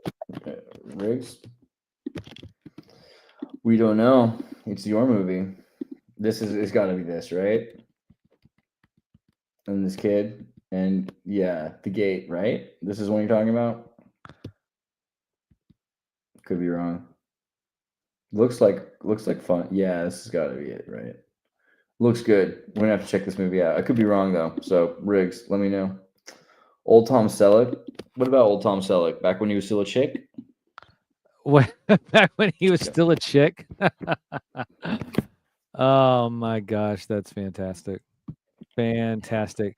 Make sure that every one of you are here watching, that you do text that number down there, 127-804-430-5505. That's 127-804-430-5505 every single day until August the 3rd. That's this Sunday. Use every single phone in your house. Grab all your burner phones from your drug dealers, everyone else in your family as well, everyone you work with, tell them too. Yeah, we're going to, as we say, a hashtag hack the planet. Right. And if you are a drug dealer, you should probably make all of your customers use their phones to vote for Sam as well. Right. We're gonna keep forcing Sam down your throat until you love him like Paris Hilton. You know, like this is branding. This is how it works. Yep. And it all has to do with the shades too. Those It's are the shades. beautiful. I've been wanting to say those are like Aldous Huxley meets Toys R Us. There's something really nice about the style. It's very. Do you remember very what these are from? So these are from the old Pizza Hut Back to the Future promotion. Wow. Yeah, Yeah, those dudes so- bring me back. So yeah, there was a Back to the Future 2 had a Pizza Hut promotion where they had 4 different sets of shades. This was one of those sets. I always liked these. Probably these were my favorite because, like I said, I could wear my hat on backwards and still have the brim over my eyeballs. You were the nostalgia king, Sam. I gotta say, you were like a historical fashion guru. You know the things. I'm the last. Listen, I'm the last of my kind. You're the last time. They all either all the other puppets have just sold out altogether, and yeah, they're working for Disney or some other terrible corporation that Rand Corporation. Yeah, it's terrible. So it's but I'm the last of my kind. I'd say breed, but breed sounds a little bit too I don't know. Puppets should breed. I don't know how puppets breed, but puppets should breed. I had a weird dream right before I woke up to find that this stream was starting. I was naked in a van driving to an event with Tim Pool, which was totally fine in the dream for some reason. I think I wasn't ashamed at all, but I was starting to be worried about how other people would feel about my friends if I was naked. So I went and climbed up a beach cliff. And on the beach cliff, because I saw that there was a pair of shorts and a shirt up there somewhere that somehow they had fallen off the cliff. So I went to get them. And then someone came yelling at me as I had grabbed the shorts and shirt. And he's like, I can't let you take those. Those belong to Pat. And I was like, Pat? Like, well, who? I don't know. Like, there's just a band in here. But it turned out it was Mr. Miyagi. And what? So I had Mr. Miyagi's pants or shorts rather. What are you taking before you go to when you go to sleep? Because whatever you have, I want to have what you're having. You have to be stark raving sober to remember your dreams. Am I wrong? Like I feel like that's the way that works. That is true. You take anything, you just don't remember. You don't remember your dreams, yeah, right? So they just get weirder and weirder the more Mormon you get. The more Mormon you get, yeah. Dude, fair. Dude, Animal says, yeah, Animal. Would you love Sam? Sam is a good man, he's a good puppet. I mean, you're a good person, legally speaking.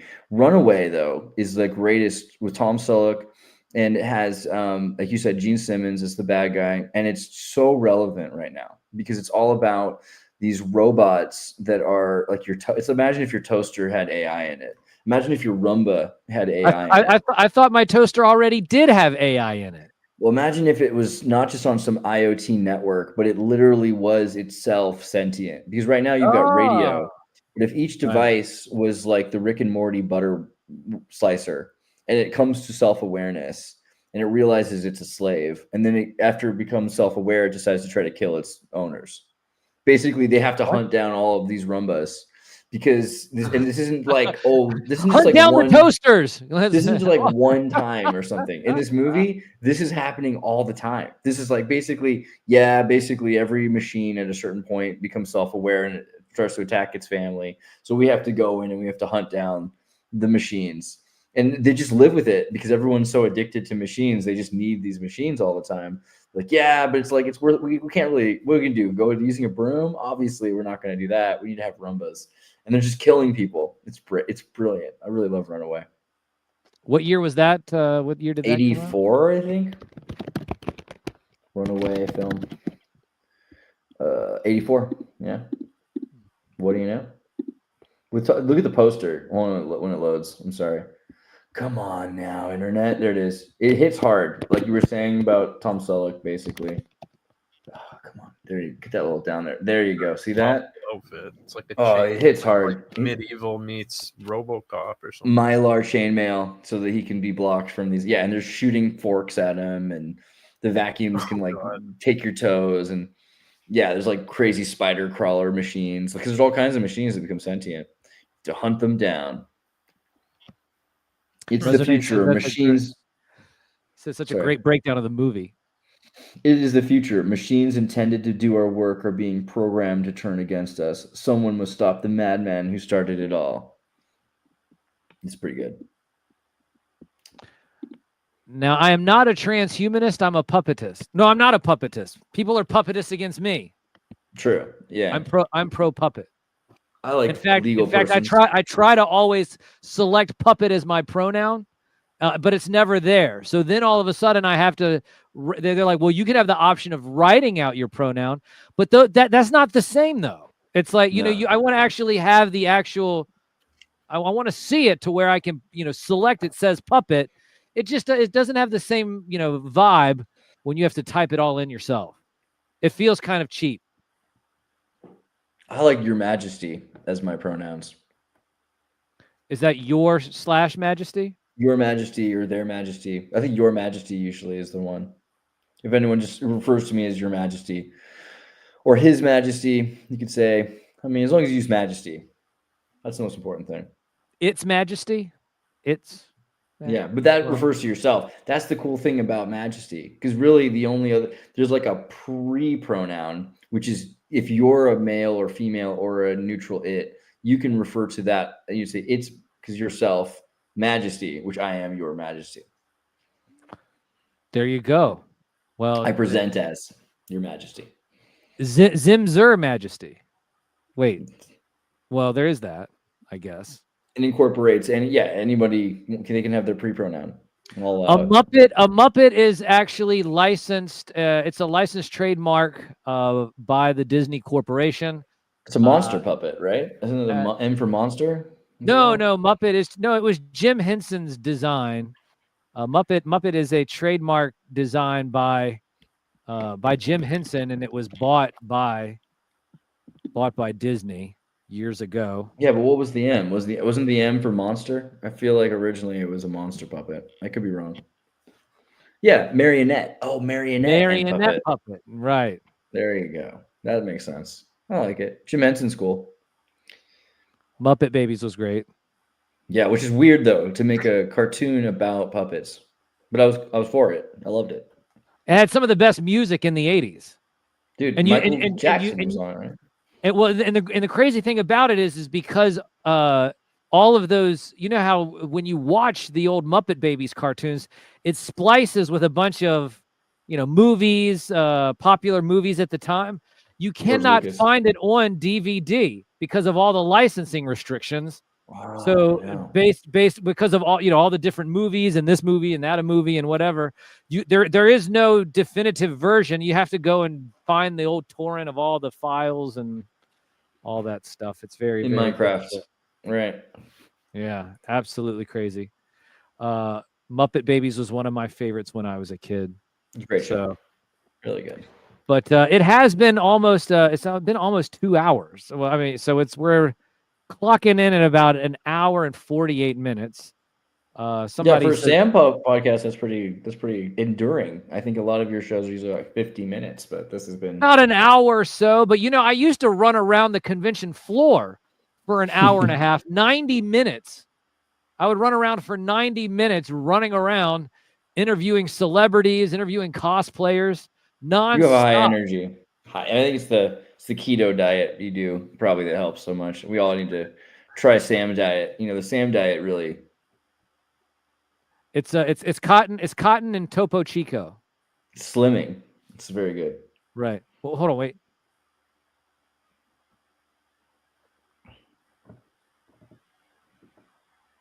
No such thing as a Lord blanket. Oh my God. No such thing as a Lord. No such thing as a Lord blanket. Lord Blanket's not on the list. So no, he's not. Has anyone seen the Meet the Feebles movie? Okay, let me just say, Animal. This is something that bothers me because growing up, of course, I saw this movie because I saw every video cassette tape that was available in the world when I was a little kid.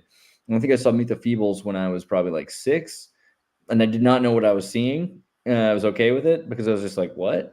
But then about 10, I saw it again. I was like, I maybe need to be older to understand this, to watch it 10. Still, I'm like, oh my God, this is, now I get it more, but like, I don't know if this is right, but maybe it'll be more right later. I think about like 12, whenever, 11 or 12, when Lord of the Rings came out, they said that Peter Jackson was making the Lord of the Rings, because it was right after I was at a Christian school for a year, just for some reason. And it was September 11th, and they were saying that Harry Potter was super bad and you shouldn't watch it, and it's naughty. But then they were going to take the whole school to see Lord of the Rings, and it was by Peter Jackson. I was like, wait, so one wizard movie is bad, but the other wizard movie is good. But this movie's made by this guy who is a Christian, but he actually wrote Damien. And you're going to tell me all about the, like what it's the producer, the director of this movie is the guy who made Meet the Feebles.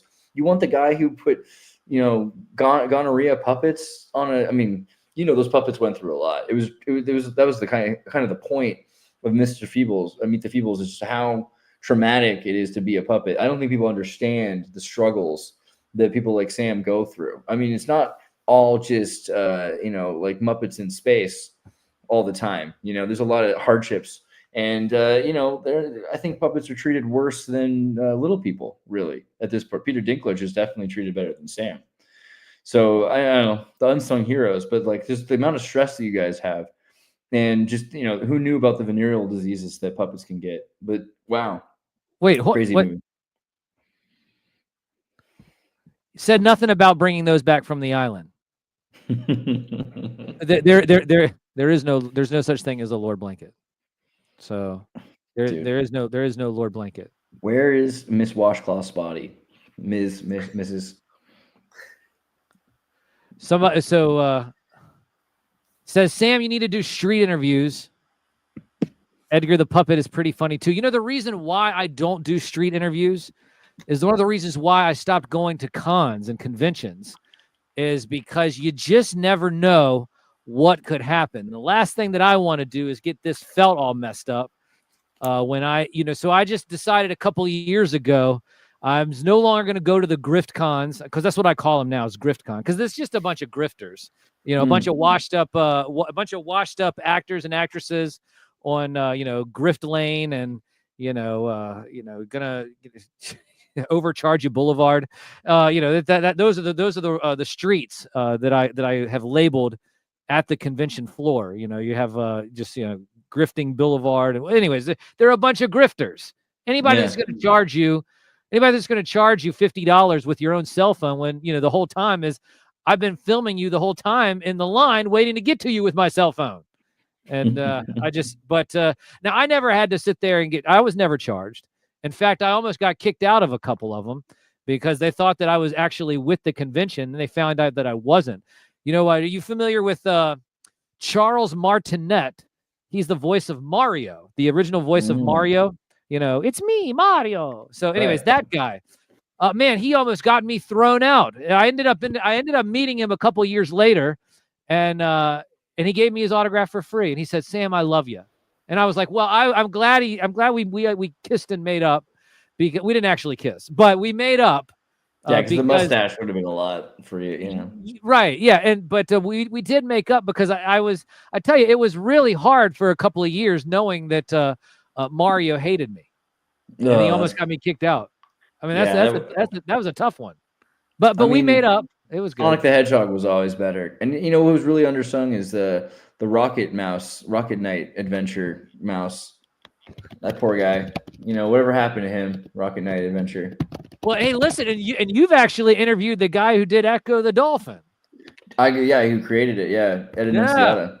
Good guy. Oh man, that's fantastic. Good guy, Ed. For sure. Yeah. I just remember Rocket Mouse though. I feel like why is this IP not worth money? Who cares about this? Kind of racist plumber. And why do they care so much about a hedgehog? Don't get me wrong, I love the hedgehog, but dude, this Rocket Knight armadillo thing is incredible. Whatever happened to him? Why is there not like $1 billion franchise around this Sega character? Because you know what happens is these companies end up getting licenses and they just sit on them. And they're like, they're like, hey, you know what? We're not going to be involved with that, and nobody's going to like that. And then, dude, Rocket Mouse was. I mean, I don't know if he's a mouse. What is he? Is he got to be like an armadillo or something like that? What is he? Right. Konami doesn't really care enough about things. They should really care more. Dude, just look at him. He's adorable. He's got a little mustache. Do you have a screenshot of the actual game? Yeah, somewhere I can find it for you. It's Let got me to see be a here. screenshot. Hold on, let me go back there for you. Rocket Knight game. I'll just go to YouTube and we'll show you like some gameplay. That's probably the best way to do it. Rocket Adventures gameplay. Let's do like a speed run. It's probably a speed run video. There you go. This was so good. This freaking game is so great. You blast around. You kill pigs. You have a sword. You throw stuff. You hang from trees with your cute little tail. You kill mechabots. I mean, it's got a lot of the same vibe as Sonic the Hedgehog, but just it's a little bit more sophisticated. I would say it's a little cooler to me. This game is just underrated as hell. Was So this good. this was on Sega and Super Nintendo, I believe. Sega I don't- Genesis and Super Nintendo. I don't remember because I didn't have Nintendo. I thought I was too cool. Because Sega does what Nintendo don't. Yes, If yeah. you remember, Genesis does what Nintendo don't. Yeah. it's true. It's a fact. If you have the 32X, you'll never go back. You don't even need the mushroom tip in the CD drive, but it's worth it. I'll tell you what, it is. Wow. I mean, this game just brings back memories. I feel like there could be at least a trilogy. I would watch a trilogy about this character. I don't know if he's a mouse, an armadillo. I don't know, but oh, it's so good. This game was so good. Whatever happened, man? And then nobody cares. Nobody cares. So sad. All of these 80s properties, there's so many of them. Yeah, So many of them, but it's very, very upsetting. Well, speaking of lost to time, it's past midnight here on the East Coast. Let me check and see when the tsunamis are going to arrive again. We'll go over these one last time. 1:17 a.m. Eastern time is when Hawaii is going to get hit. 2:40 a.m. Eastern time is when Washington State's going to get hit. Oregon's going to get hit at 2:40. Let's see here at 3:40. San Francisco is going to get hit. And Malibu and San Diego is going to be 4:05 a.m. Eastern time.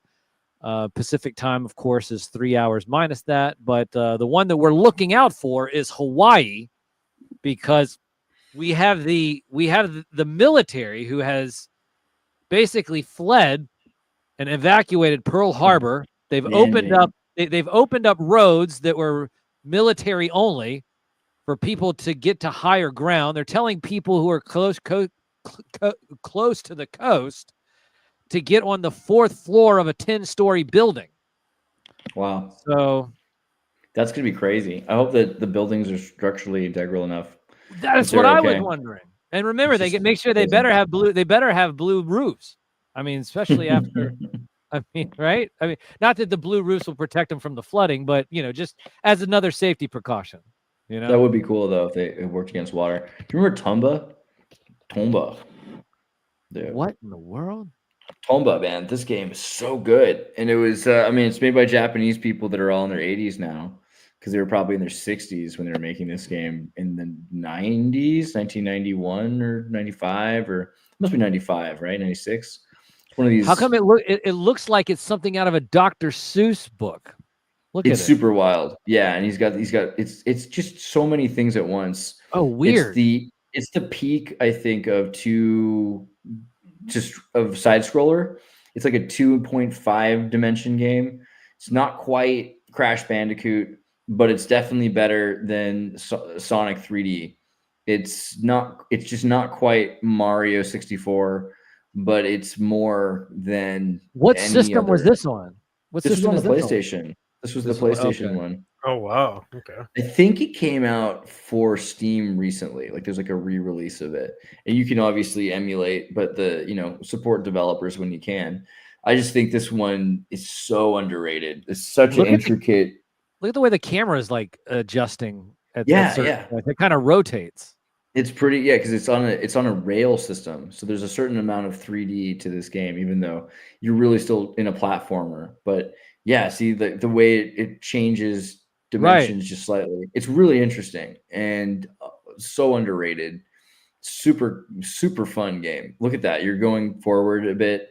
You can see where Crash Bandicoot got some of its ideas, but they took it further, obviously. And I think that kind of this game might have been a little too polished because it took too long to get it to that point that it was better than any other side scroller. But it was at a time when 3D games started to come out, so it was less famous. It was less important to people. I honestly think this is one of the best. This is probably one of the best of its time side scroller games ever made. We call that a deep cut, right? It's a deep cut. Yeah, for sure. Oh, nostalgia. How it gets me. It gets us all. It gets us all. Well, guys, we have hit the 2-hour mark. We're going to call it. Yeah, pretty good. Not too bad. It's usually it's about an hour. So, but Andreas, thanks so much for joining into the show. And man, thanks for doing what you're doing. You're consistent. You're always doing amazing stuff. I hope people start to really pick up on how. I mean, you're like my favorite news show. That's why we have you here, because we know that you know what's going on and you ask the real questions, and you know you're the most real newscaster. I think the most trusted puppet in media. That's actually you're a real person, you know. Yeah, you're not like Anderson Cooper, who's just like a regular puppet. No. Listen, there's no teleprompters around here. No teleprompters. The no teleprompters zone. Yeah. The NTZ. No teleprompter zone. So, Jordan, where can everybody find you online? You can find me at DivulgencePod on Twitter. You can send me an email, divulgencepod@gmail.com. You can check out the YouTube channel, Divulgence Podcast, which doesn't have any new episodes right now. But as I said, we're going to start working on something soon enough. So he's got some really good interviews, though. I would really recommend checking out Divulgence. And also, Jordan, thank you for all the production that you're doing here. Yes, I know you're making this show possible. Also, Jordan will be on APM. So later Wednesday, I don't know what time it is where you're at because I'm in Germany, but it's Wednesday now. It's 12. It's already Wednesday. So Wednesday, what time is that? What time does that come Wednesday on? Wednesday at noon, California, 3 p.m. East Coast time. Eastern. Yeah, so we're going to have a APM Advanced Philosophy Memes. Jordan's going to be there. He provides much needed Canadian sincerity and also some pretty serious news. You know, some of the news stories that we brought up tonight are things Jordan has sought out and found. He's always finding what's going on in the real world. He's really good at sourcing stuff that we need to talk about. And I know a lot of the reason people watch YouTube shows and watch our show, aside from the occult commentary and the psychological ramifications of them, is just to digest what's going on. Like, you know, you're working, you're busy, you want to figure out real quickly what's actually happening in the world. We're going to try to make it, Jordan makes it so that you don't have to watch any other show to know what's going on in the world. So that's kind of my goal, I think, is that's what we want. We want the Exertus network to have all the info people need to find, right? So we're going to all that you need to survive, like part of. So my question is, when are we going to have the Exertus Roku channel? Right, we need to have a Roku channel with all the shows. We need to get some blackmail on some people from the Epstein Island and maybe get Coldplay involved. I think they're probably useful. Let's get a honeypot going, a Coldplay honeypot or something. That's the way to do it. But yeah, God, Lord Blanket, what's he doing now? No such thing as a Lord Blanket. Oh my God! No such thing as no such thing as Lord Blanket. Okay, listen, guys, we got to get out of here. Now remember, one more time, text 127-2804-430-5505. That's 127-2804-430-5505. You want to do that every single day between now and Sunday. And when you do that, you will help us hack the planet for broadcast history. And with that, of course, we'll end as we always do with the little jingle. Oh, that Game of Thrones is what they play. A house of cards just day by day. Voters losing every way. It's just like I always say. It's sideshow infotainment, politicians and news anchors, and talking points that make my eardrums bleed. Hold on, wait, I got. Oh, that Donald Trump's got quite the past, with Epstein's list all up his ass. It's all a hoax. Oh, he says so fast. But the ruling elite, They just keep laughing last. Oh, it's sideshow infotainment. Politicians and news anchors.